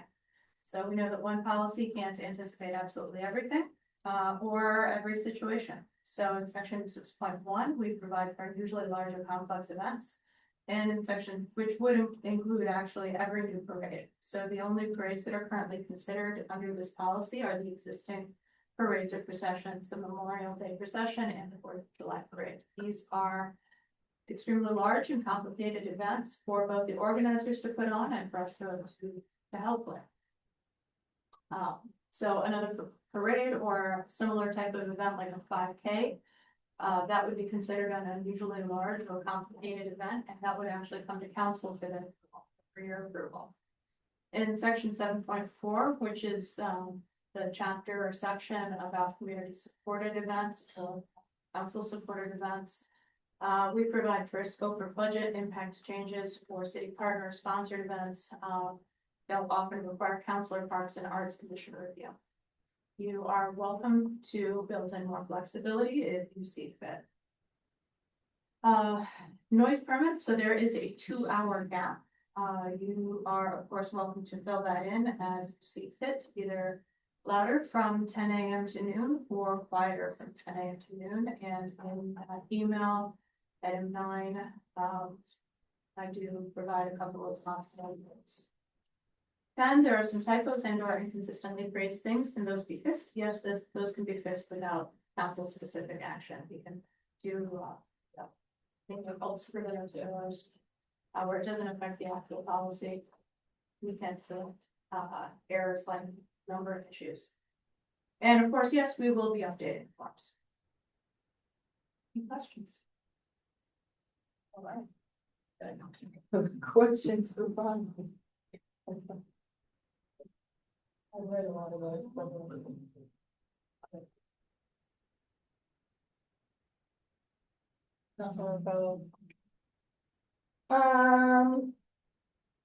Page 472, when we get into these community events, just for clarity, it says like a medium event is $250 a day, or large event $350 a day, etc. And then it says community event 40% discount. Does that mean it's 40% of $250 a day? Okay. Or 40% off of that price, I'm sorry. Not Yes, 40% off of that price. And then the security deposit that's listed is the only security deposit. There's no discount to the security deposit. Right. Right. Okay. That sounds good. I think, when we had that, when we talked earlier about this applying to existing applicants, you suggested that it gets changed. So we did have the opportunity to take a look at the pending events. Everybody that has already signed a contract, they're already at a lower rate. And this would actually provide. And the people that would benefit from lower pricing, we've encouraged them not to sign the contract until we see what happens tonight. I do know of one event that it's not true for. I would love to look them up. What event is that? It's for Bread and Puppets on September 30th. They're being charged like $4,000. By this one, it would be October 2nd. Nope, September 30th. That wasn't close, thank you, Gracie.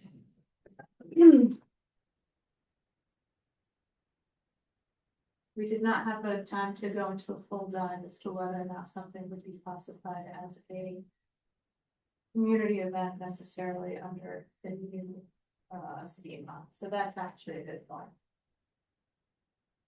Yeah, so I mean, that would bring it from $4,000 to $450 plus security deposit, so $950. So I do think that the whatever events or haven't occurred yet, but people are in contract, they should know of this change and they should be able to access this change because it's significant. Is that okay? We don't have to do At the will of council, and it would be easier to explain to all applicants if there is an actual resolution or something included that I want to. It isn't, that does not seem like it's the whim of staff. Okay, so Were all of these contracts signed after the start of the fiscal year or some before? I would have to look at on a case by case basis. Sorry, you said that was what date again? I'm sorry, I had to do the two-factor. September 30th.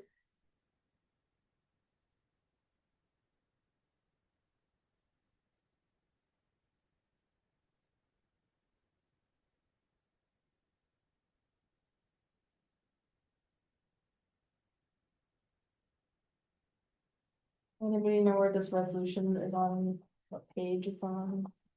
I'm using the portal, so I don't know the page number. Which one is it? Maybe it's 483. For the special events.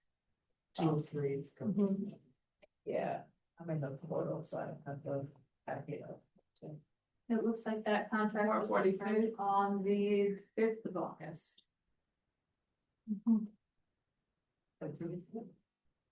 Yeah, so this fiscal. Okay, so I will just offer then amendment to the existing resolution that says. Therefore be it resolved that staff reach out to existing reservations and contracts with special events so that they are now aware of the new policy change and that if applicable, that those changes apply to their event. That's the board, is that? Yeah, that's the board. So moved by Councilmember Fellow, supported by Councilmember King. Discussion on the amendment?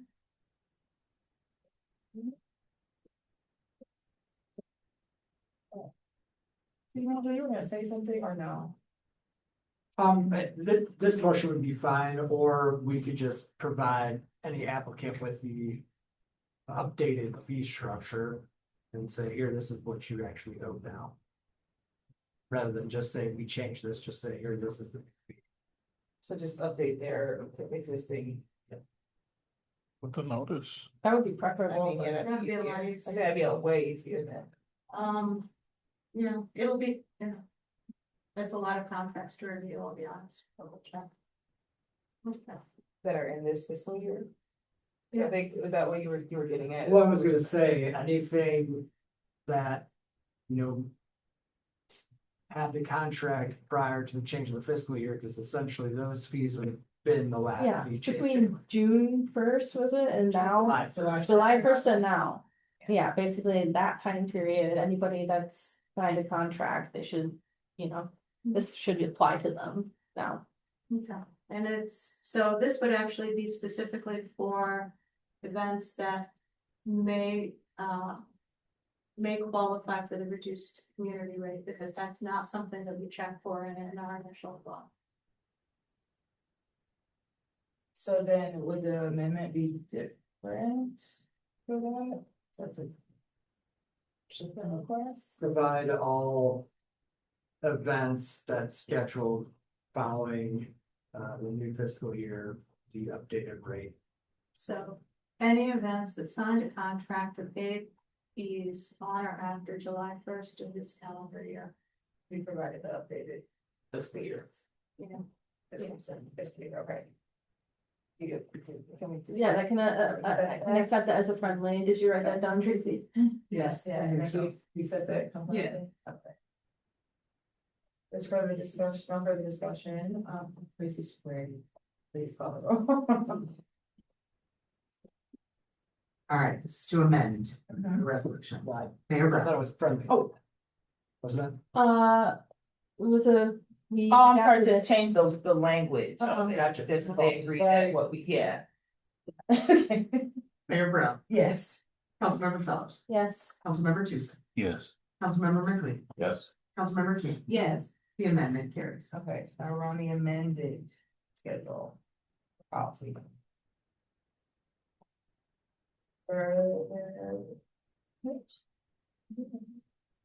Appreciate the work putting into this. Thank you. Locals and the Parks and Arts Commission and any staff who helped in reviewing it. Thank you. Councilmember King, Yes. Mayor Brown, Yes. Councilmember Fellows, Yes. Councilmember Tucson, Yes. Councilmember McLean. Yes. The amended motion carries. Thank you so much. Councilmember King, you have 204. Quick Oh, question oh. about the noise policy, the noise permits. Would you prefer to be noisier earlier or quieter later? Noisy earlier or quieter later? It also applies to street closures. There is mine. Noisier earlier. Right. No. No, absolutely not. So there has been the adopted noise permit policy. So events are required, I'm going from memory, to be no more than 76 decibels before 10 a.m. However, after 12 noon, they must be below 80 decibels.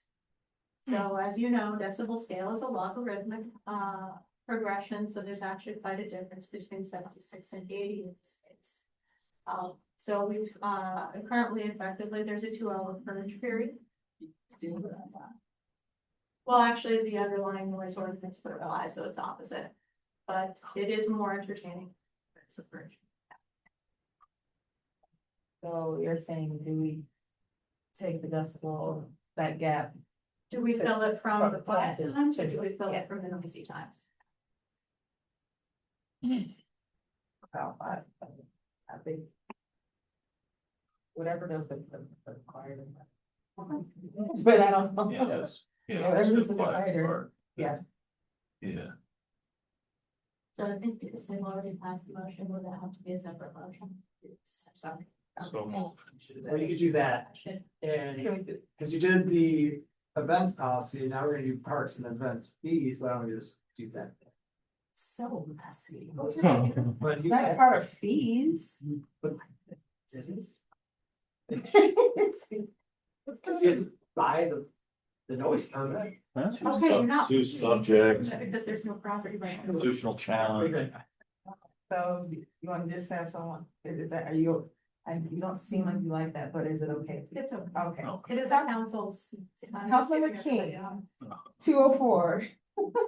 Whereas the city has updated its special events policy, and whereas the policy provides a free framework that offsets the city's cost of operations and maintenance related to events held within the city. And whereas this policy also describes a new community events policy that provides a reduced rate for certain events conforming to the specific criteria. And now therefore be resolved that the Ypsilanti City Council adopts the fee schedule proposed for the park and events fee schedule as proposed in attachment A of the adopted policy. I so moved. Or Moved by Councilmember King, supported by Councilmember Queen. And that thing we said about us. Yep, we want. Further be it resolved that the noise permit thing will be adjusted. Isn't that right, Councilmember King? Yeah. Yep, all right. So the noise permit policy will extend the time period for the 76 decibel permission to be until 12. Perfect. And yep, and Councilmember King said that. And yep. some more quiet time. Yes. Absolutely. I wouldn't call it quiet. Well, Well, relatively quiet quieter time. until 12. And it's, the comments or question is unraveled, It is. from council. Thank you. Please call roll. Mayor Brown, Yes. Councilmember Phelps, Yes. Councilmember Tucson, Yes. Councilmember McLean, Yes. Councilmember King, Yes. the motion carries. Thank you, Councilmember King, you have 205. Whereas the city has updated its special events policy. And whereas the policy provides a fee framework that offsets the city's cost of operations and maintenance related to events held within the city. And whereas this policy also describes a new community events policy that provides a reduced rate for certain events conforming to specific, what, am I reading the wrong one? It's the same thing. It's the same thing, it just says Great House. Okay. The policy also describes a new community events policy that provides a reduced rate for certain events conforming to specific criteria. And now therefore be resolved that the Ypsilanti City Council adopts the fee schedule proposed for the Great House fee schedule as proposed in attachment B of the adopted policy. I so move. Councilmember King, Support. supported by Councilmember Tucson. The mouse so that you guys have. Yep, more I know, options. and they came in a packet in the first one, and so, you know, I am. Councilmember King, you have a question? Thank you, Mayor. Yeah, so clarification. Is this fee schedule the same as what we just passed at the, It's close, but it's not the same. so which one governs? This one governs because it's like. It amends the fee schedule And for the what initial one that we did earlier. exhibit. So. Unless you don't pass it, and the old one was. Exactly. I gotta, don't have it in front of me, but I've gotta, I think, see that, so. Does it cost more, does it cost less? Yes. Exhibit B in the fee schedule, or not the fee schedule, in the. I'm opening up In the. in the packet. The policy, Okay, and does it also include the amendment? the policy includes that amount. That amendment dropped it for nonprofits. Yes and no. So the policy that applies to special events is the same as the policy that applies in the Parade House for community events. So it has to be free, open to the public. If it's a vendor event, then it has to meet certain thresholds in order to qualify. We did attempt to craft it around existing events, and as far as residency for the artisans or other vendors, we did base that on 4197.8. Rather than attempt, yeah, so let me read that here. So free to attend, open to the public. If a vendor-based event, then 60% or more vendors are residents or have a regular storefront within the city of Ypsilanti, or 80% are within 419897. And vendors cannot be charged more than 20 an hour to participate or football. Or it aids in one or more of the following community-based goals: more access to local arts, opportunity for local artists, increases tourism, regional or local, to the city, prevents a variety of opportunities to the community, i.e. the city offering, and provides recreation opportunities. So this is intended to encompass the vast majority of things that are currently considered community events of the Parade House. Mayor, so that, I think, covers the spirit of what we had tried to carve out last time. That was the attempt. And thank you for that. And is it also the case then for those that they would pay 40% of the base fee? Yes. And so if the event organizer, and I want to say this applies to both parks and the Parade House, if the event organizer is a resident, even if that event organizer is a business, so I've used Schultz Outfitters as the perfect example. If Schultz Outfitters is hosting a class either in Riverside Park or in the Parade House, they would be charged the resident rate as their base rate, because they are a storefront within the city of Ypsilanti, they are within the city. So the carve out that you've created would be considered more expansive than the one that we created last time. Yes. Everyone that had been included last time would also be subsumed in this, and then there would be additional. Except for the cases where we have nonprofits that have a private event. So that usually happens when they have a fundraiser event or a donor appreciation or something like that.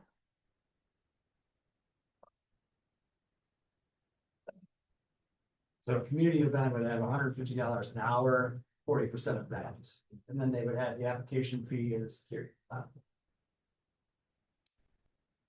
That'd be it. Further questions for Bonnie?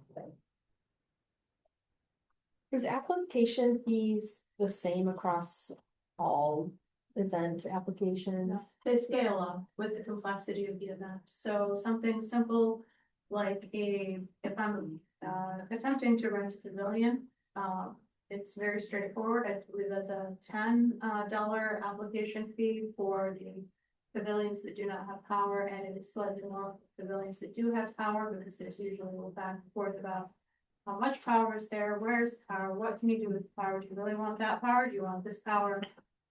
when do you want to turn? All of that fun stuff, and then we also have to check it to make sure it's actually functional. So there's more that goes into that.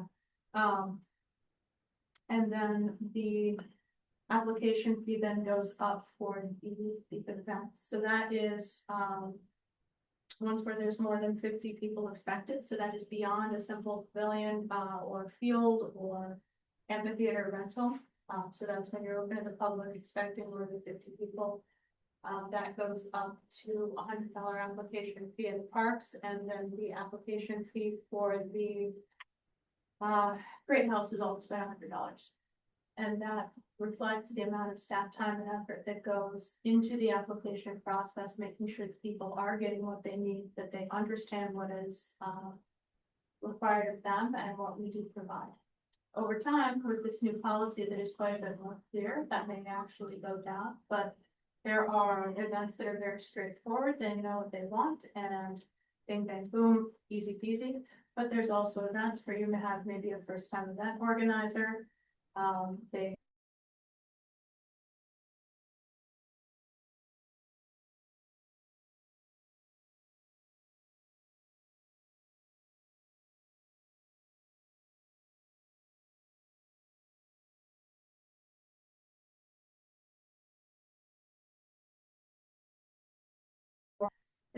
like for this space from noon to 6. And so walking them through all of the requirements of that is sometimes very easy and other times very challenging. So this is intended to reflect the disparate effort in those events and scales of those events.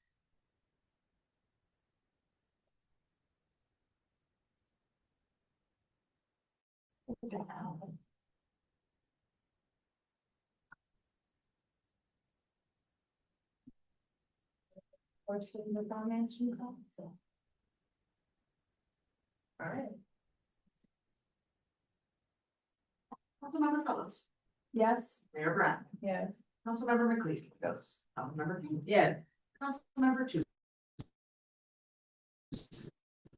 Yes. Motion carries. Thank you. Councilmember Foles, you have 206. I'm very sorry. Right, so I misspoke when we spoke about community events in the Freight House. I apologize, I had a headache this evening. So the entire building is not a flat point discount, it is $150 per hour. So for the weekends and $75 per hour for weekdays. So that is not the 40% discount. It's actually a little bit more for the weekdays, intended to incentivize those weekday events a little bit more. It is let's check on that here. It's exactly 40% discount actually on the weekends, so. But it applies equally to resident and non-resident. Yeah, Councilmember. If I heard correctly, that just doubled what I think. This is. So this is exactly 40% of this resident rate. And this is more than 40% off of the resident rate. But it applies to both resident and non-resident because community event was its own category. It's in parks where community event is not its own category. And it's 40% discount. So it's a better deal. For the Freight House. Than a 40%, final 40% discount would be. 40% discount, though, it's not a 40% discount, it was 40% of the 200 that was the original fee schedule for groups that we had talked about. Correct, so this one. $200 of creative carve out, gave it to them for 40% of that, which took 200 to 80. If I hear what you're saying, now that's been taken from 80 to 150, it's just double. But yeah, slightly less than double, but it is significantly more than it. Point of order, Mayor. I wanna reconsider. I've never done this in a time. Just move to reconsider. He's on the prevailing side, so if anybody. For support. Yeah, support. All right, we move in support to reconsider. Do we have to vote on that? Okay. So it's, you supported by Councilmember Tucson. Thank you. Please follow along with consideration. Councilmember Tucson, Yes. Councilmember McLean, Yes. Councilmember King. And this is just to have a conversation, but I know it's no questions. I guess I just say yes. You're correct. Mayor Brown, Yes. Councilmember Phelps. Yes. We will now reconsider the motion. All right, thank you. Okay, so it's back on the table. Councilmember Clinton. That, now the map, I'm like, yeah. Yeah, this is incredibly tricky. I mean, my goal is to create no one who's a net loser from what we thought we passed. What, 2 weeks ago, or 3 weeks ago, whenever we last voted. And for that carve out group, it was 40% of $200. That's $80. Nobody signed it that way. I'm sorry, Nobody has signed at that rate. we're waiting for the rate to come through. So that rate went into effect on pass that. We didn't pass it. It was amendment to something that we didn't pass. I'm not back and forth about this every now. But was this information in the packet? Yep. This? Yeah, what's being discussed? So it was, the fee schedule was never passed, so the 40% would have been on the old fee structure. What that was, so It was significant. But if the intent is to have that be 40% of 150. Is that what we're? Or is it the intent to be? So our baseline cost to have somebody staff the freight house to ensure that it is open is around $35 an hour, and actually a little bit more than that. So that's just straight up staff cost. We pay them about $20 an hour plus them for solar. So, Still gonna pay $80. well, it's either completely $80 per hour. subsidized. Yeah. Yeah. You know, a rough equivalent would be to modify that 150 by 50%. Reduce by 50%. For the community event?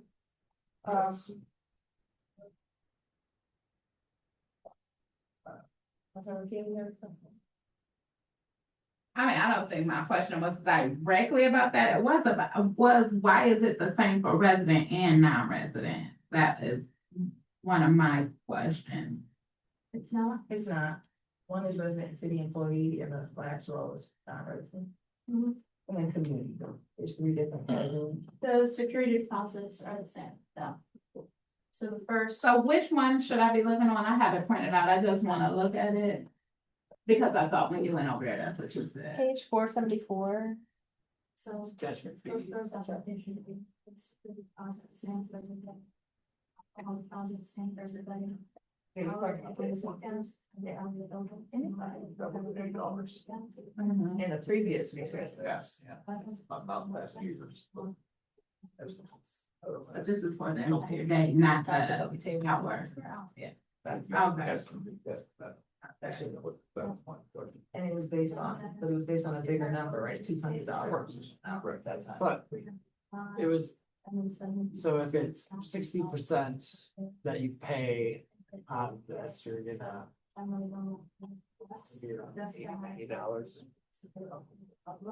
$80. Yeah, they want you to go back and I said, yeah, so everybody. This too. Yeah. She was just doing it over there now. What is the outcome that we're looking for? So if your intent is that you want them to pay $80. 40% discount, was it a 40% discount or No. was it you want to pay $80? It was $80. Just say, you could just say that.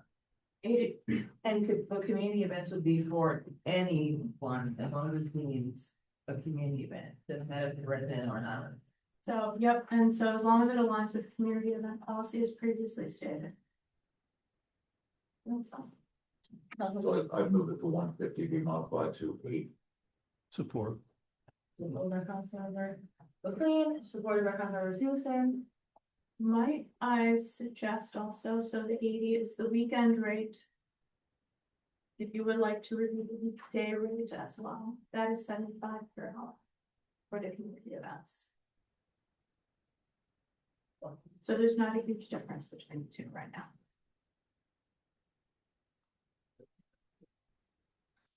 I don't want to confuse things, so Okay, we're, already confused now. yeah, this is, So okay, the motion is just to decrease community events for the entire building weekend from $150 to $80. right. Per hour, right? Per hour. Okay, Councilmember Fellows is for the amendment or you have something else? I mean, I was just gonna bring up that it is two separate categories, I'm fine with reducing the rate, I do understand the incentivizing weekdays versus weekends, and so. I don't know, I could imagine it being like $100 for weekend. Or $100 an hour for weekend booking and 75 for weekday. But. Yeah. Either of these months are fine with me. Because right now it would be at 90, which is only about $10 more. No, it would be at 150. It's currently at 150. No, I have it right here, so it's 150. But I thought, well, where are we getting the minus 40% from? So that's not, that was just what was brought up in the last meeting as the request, but now the amendment is to just move that 150 to $80 an hour. And so that would make it only $5 more than what it is from weekday to weekend. From weekday to weekend, right? And there's something that, in my opinion. Mayor, I have no objection to somebody modifying the $75 down. There is, Makes it work. it's a community event, it does incentivize resident and employee. And then non-resident. So if we're looking at the community event, yeah, it's $5 cheaper, but. So a lot of community events on weekdays.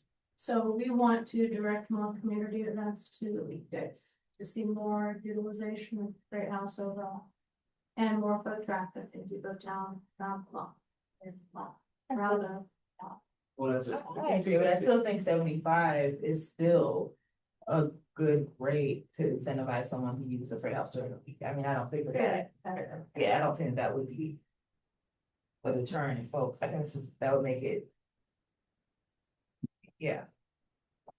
Sorry, I want to make sure that you guys get what you want in one shot preferably, so we never have to see each other again. Maybe not quite so far, but So we have an amendment on the floor. It's about weekends only, to move it to $80. Is there further discussion on the amendment? Councilmember Fellows. I guess my question is just for like, why $80? Why not like $100? Share my answer. Yes, yes, please. Because what we passed last time was 40% of 200 equals 80. That's exactly where the 80 comes from. As I remember it, it was 40% off. Okay. Have it actually. Absolutely not. Oh, okay.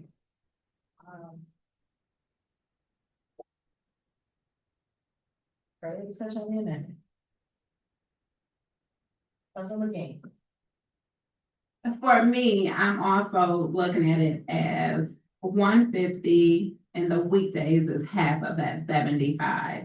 So to drop that to 80, again, Bonnie spoke about how much per hour we pay someone to be in a building. How would that look if we drop it to 80? And I do think, I don't know, I think 80 is too low for the weekend. That's one of our prime spaces here in the city. And I mean, I think the other part to consider is that it's only for the community events, not for the other two. Right. Groups of uses. And so it would have to meet those criteria for it to be considered a community event, so that already kind of whittles it down to what it could be.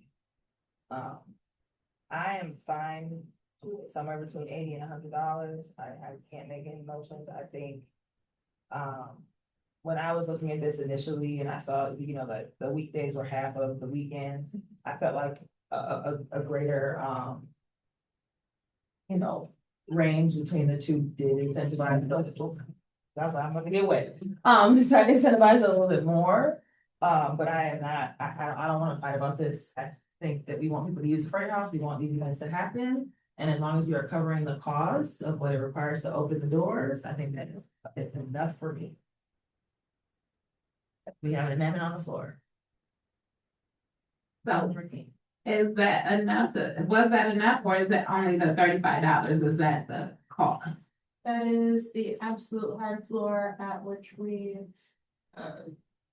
I should not go in for the honestly, that covers just the cost of somebody being at the open building and to, attend the event and be available in case. Because they're at the event the entire time. Yeah. Yeah. So I would say I would adjust it to 100 at least. Well, we have an amendment on the floor right now for 80, so we either need to vote on that. Would you consider changing it to 100? Okay, so then we'll call the roll. On the amendment, Yes, on the amendment for $80 an hour. Councilmember McLean, Yes. Councilmember King, No. Mayor Brown, Yes. Councilmember Fellows, Yes. Councilmember Tucson. Yes. The motion, the amendment carries. Okay, so we are on the amended schedule again. Further discussion on this. It is now 10:50. Quick question now. Councilmember Kim. It's the same question. What is the same question? Sure. So it just depends on the event and nobody can't technically answer because it depends on how long the event is. So if the event is longer than 4 hours, the fee will not even cover that employee. It's So it's 75 per hour. It's 75 So- per Oh, an hour. hour, okay. Yeah, it's per hour. So, Okay. yeah, it'll be covered. It'll be. So again, I do want to emphasize, we're not really covering a lot of our maintenance costs, we're not covering our capital costs, but we are covering the absolute direct operational costs. Madam Mayor, just to clarify, so as that is an hourly rate, so somebody that rents the freight house for 10 hours, and pay $800. Yes. Not a small fee. No, not at all. Okay. Anything further from council? All right, please call the roll. Mayor Brown, Yes. Councilmember Fellows, Yes. Councilmember Tucson, Yes. Councilmember McLean. Yes. Councilmember King, Yes. the motion carries. Thank you. It is 10:51. You have several things. All right, well, Councilmember Fellows, you have to say it. All right, resolved by the council of the city of Ypsilanti, whereas the city awarded a contract to OHM for professional engineering services, the pavement reconstruction of Cornell Road from Washington Avenue to Border Trail, just south of Mayhew, and whereas after soliciting neighbor feedback, the city wishes to amend the design to include roundabouts.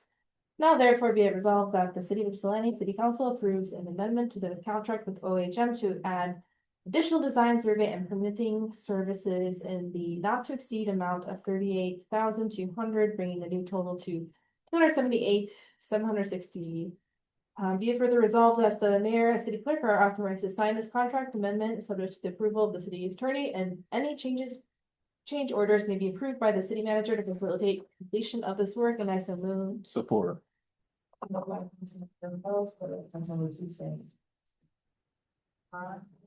Now, roundabouts is perhaps a misnomer, and I apologize for that. Technically, traffic circles would very exactly the same, just teeny tiny. Teeny tiny, so it's not gonna be at the scale that you think of when you think about roundabouts. You may or may not think of them as like what you see up at Gettysburg Superior or at State and Ellsworth. These are single lane traffic circles that you may see, normally have seen over in neighborhoods in Ann Arbor. They are intended to calm traffic and to facilitate traffic, so. These would be in lieu of stop signs at several intersections, but they do overall have a significant effect upon calming traffic and encouraging compliance with speed limits. They do also serve to define the neighborhood. As far as a maintenance and operational impacts, they do have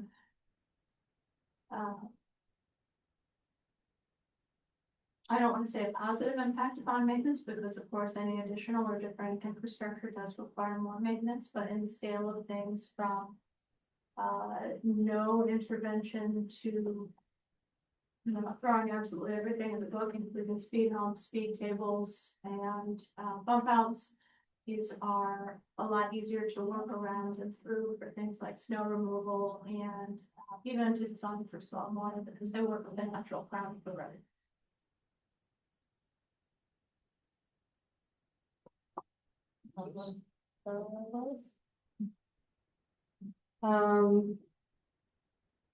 It seems like we might run out of time before you're voting on this, which, I was actually probably gonna suggest we table this anyway, because, I've been getting a lot of feedback from residents on Cornell, who were really not satisfied with the public input session. Unfortunately, I've been told by more than a few people that they felt unheard by staff. And so I think we need another input session, for me to feel like any sort of plan moving forward would make sense, because I just got such negative feedback about it. And I am wondering about the traffic circle idea. It seems kind of unconventional for a residential neighborhood. So it's actually pretty popular right now. There are lots and lots of these in Ann Arbor. We're seeing more of them in Pittsfield Township and even road commission roads. So it would be brand new in Ypsilanti, but they're not new, and they are broadly accepted in other countries as well.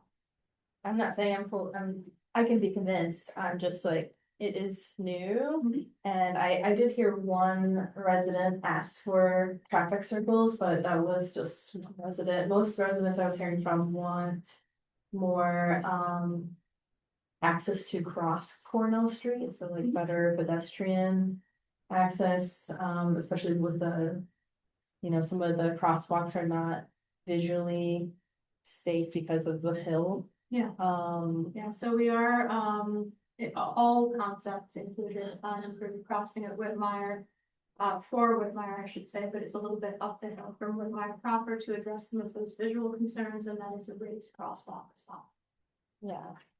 I came up just to point out that through our federal funding, we have to have another public meeting for roundabouts specifically.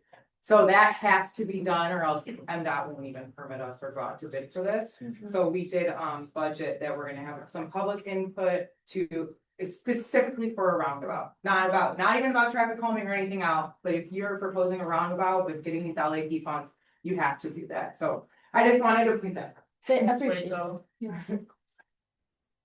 Cause they can be squirrely, they're new, so. Polarizing. Yeah. Yes. Comment or discussion? I mean, I would propose that this waits until we get another public input that's not just specifically about the roundabout, but that there's a little bit more outreach to residents, so that, because it's gonna be a major project, full reconstruct, right? So if we want to do it in 2027, we should proceed. I'm not gonna operate under urgency like that. I think that there's enough negative input from residents that we should take it seriously. And I'm sorry to bring that news, but I canvass this neighborhood very heavily, so I know pretty well like the level of dissatisfaction that's going on. So I do propose that we visit this for next meeting, so we can get another input session. Motion. For the motion. Yeah, I move to do that.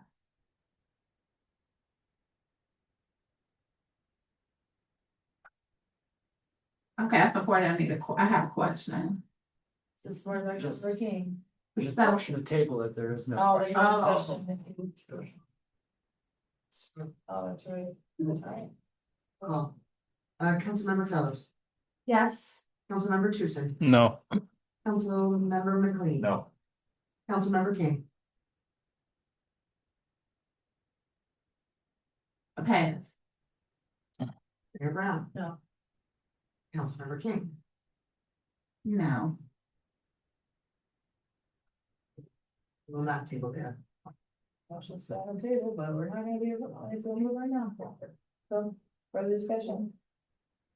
All right, please call the roll. Mayor Brown, Yes. Councilmember Fellows, No. Councilmember Tucson, Yes. Councilmember McLean, Yes. Councilmember King, Yeah. motion carries. Thank you. There does need to be more Move input. to extend. 11:15. Motion to extend. If you're gonna do it, please do it, but Stephanie not. All in favor of extending to 11:15? Nay. All in favor of extending to 11:15? Aye. All right. Okay, Councilmember McLean.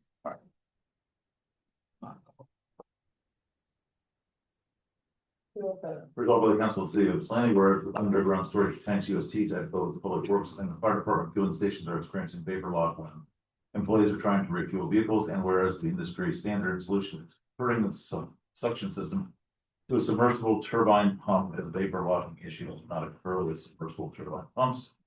Whereas the city's fuel management and monitoring equipment is in need of upgrades, which would optimize efficiency and accuracy in fuel management tracking and reporting. Now therefore be it resolved that the City of Ypsilanti City Council awards contract for underground storage tank pump conversion and upgrades to the key reader at DPW and upgrading the DPW fire heater roof monitoring systems to RW Mercer in the total amount of $73,638. So Support.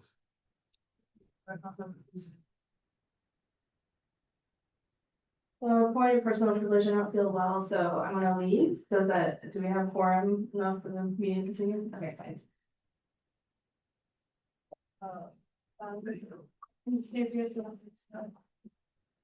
Questions from council on this?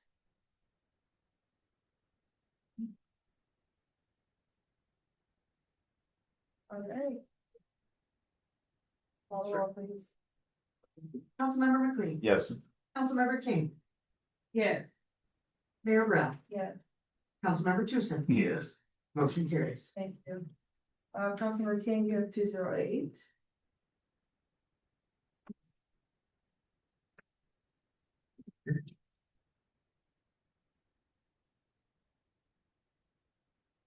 I'll be back. Oh, you can't. Oh, no. That's right, that's one form anymore. Yeah.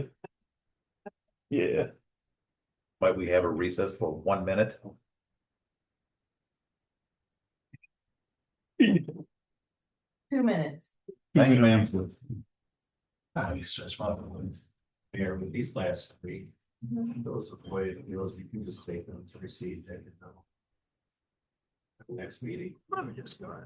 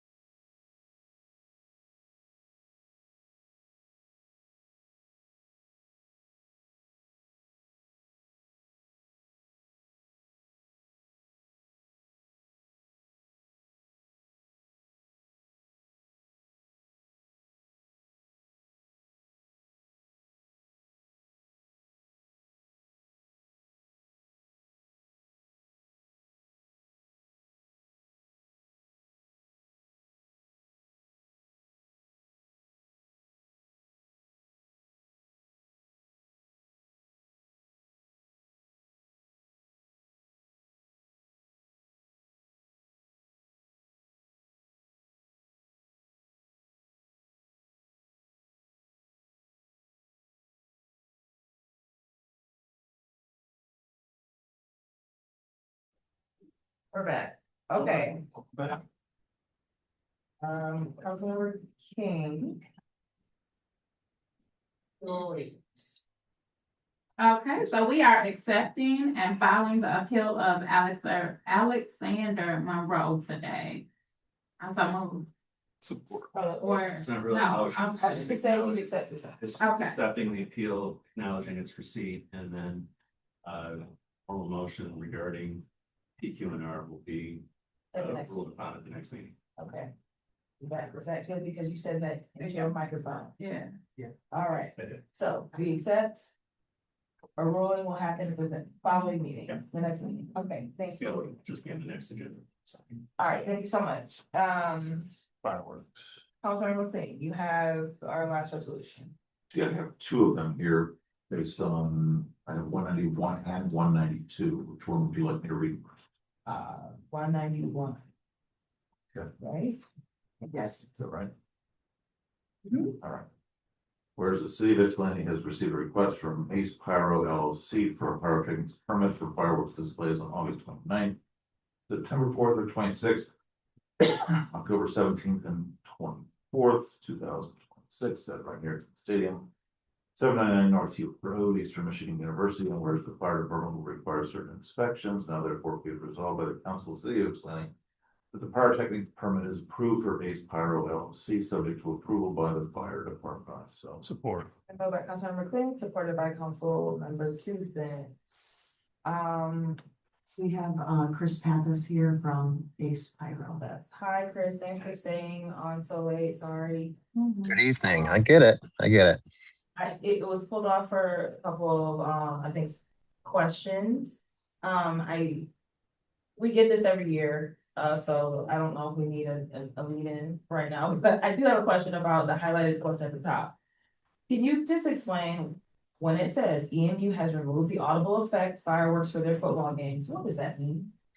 The audible enhanced effect is formerly we had what we call in the firework industry a salute go off with each touchdown at the direction of EMU and concern over the past years from City Council. We decided to remove that aerial salute.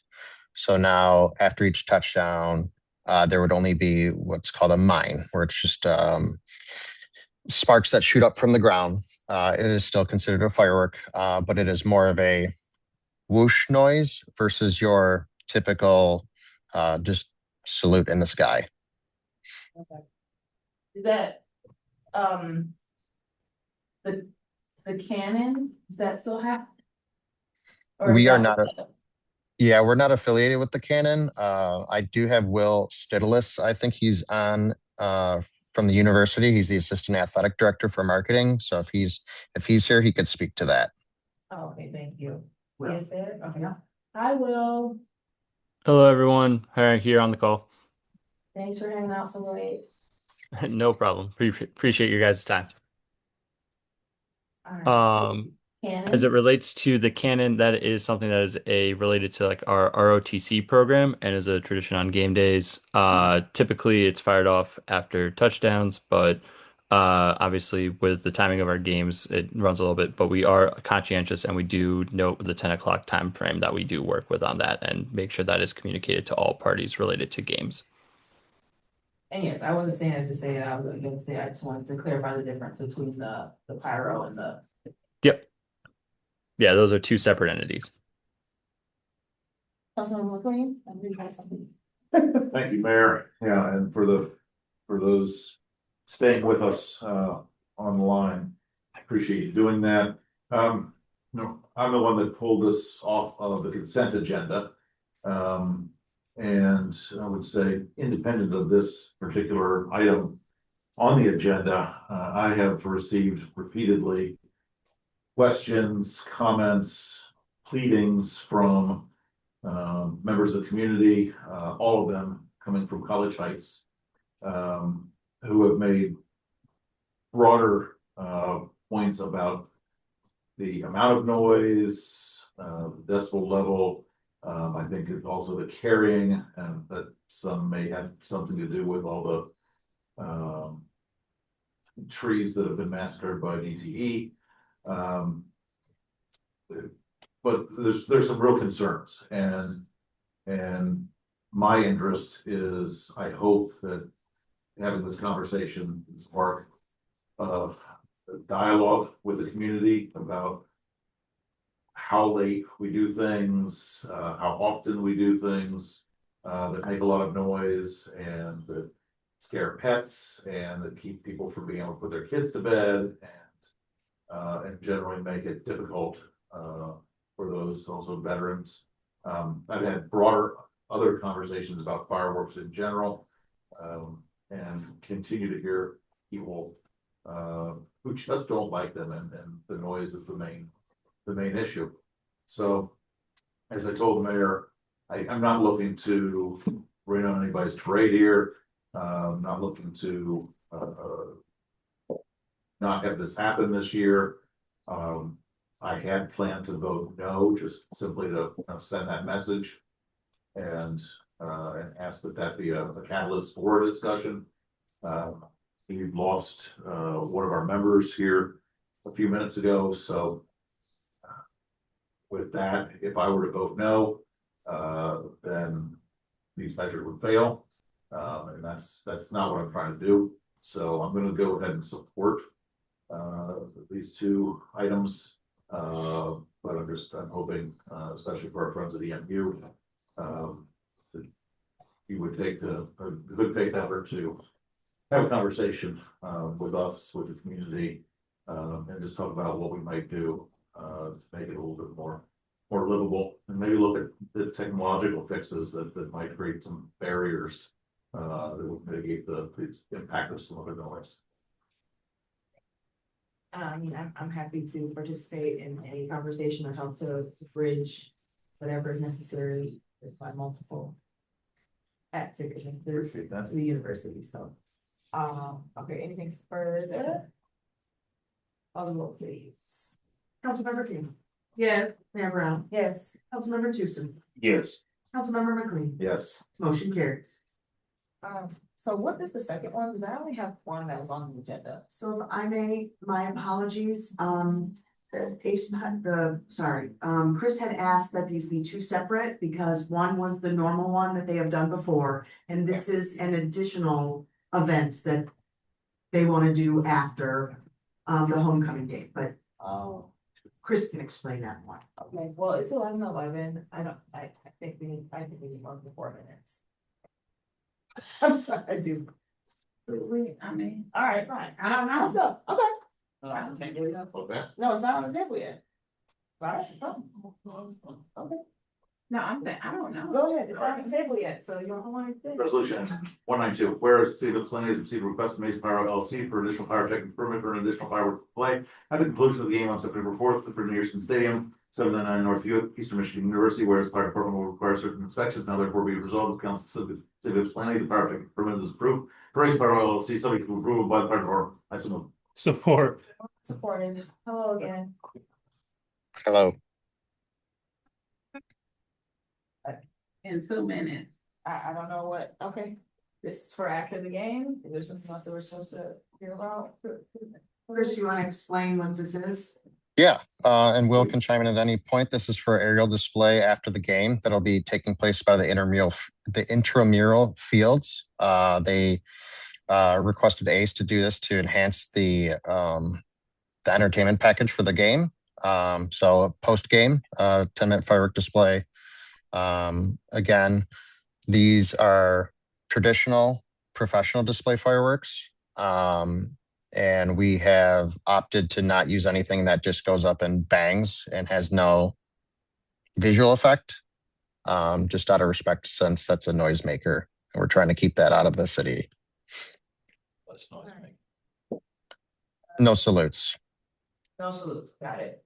Anything from council? No. Please call the roll. Mayor Brown, Yeah. Councilmember Tucson, Yes. Councilmember McLean. Yes. Councilmember King, Yes. motion carries. Thank you. Thank you, council. Thank you so Thank you. much. Thank you. Anything pressing from council? No. Anything pressing from council? Member King. I mean, no, we don't have enough time, but I do have a list of stuff. As do I. Anything, I mean, we got 2 minutes, so I'm just using it. Okay, I'll bring something last 2 minutes, then I'll take point of privilege for there. The communication we got from Embracing Our Differences about the destruction of the portraits in Riverside Park, I don't know if you saw that. I got an email from Nancy Margolis as well as one from Amanda May Moore about this and concerns about not being able to continue using Riverside as the display. I do not want to see that happen, so I'll forward you what I got. I thought you were CC'd on there, so we can talk about it. Because how can we support keeping them in the park? It's been such a wonderful addition over the years, and I'm not exactly sure what happened and when. But definitely something that I want us to look into and, see what's happening down at Riverside, because that's really upsetting. I mean, and apparently the portraits, like some of them are like destroyed, pieces of them are taken of the actual structure that holds them up. And I plan to reach out to Nancy tomorrow to find out more. Today just got away. It was so busy today. It's 11:15. Me adjourned. Good night, y'all. Good night. I have to sign off on all these things. Just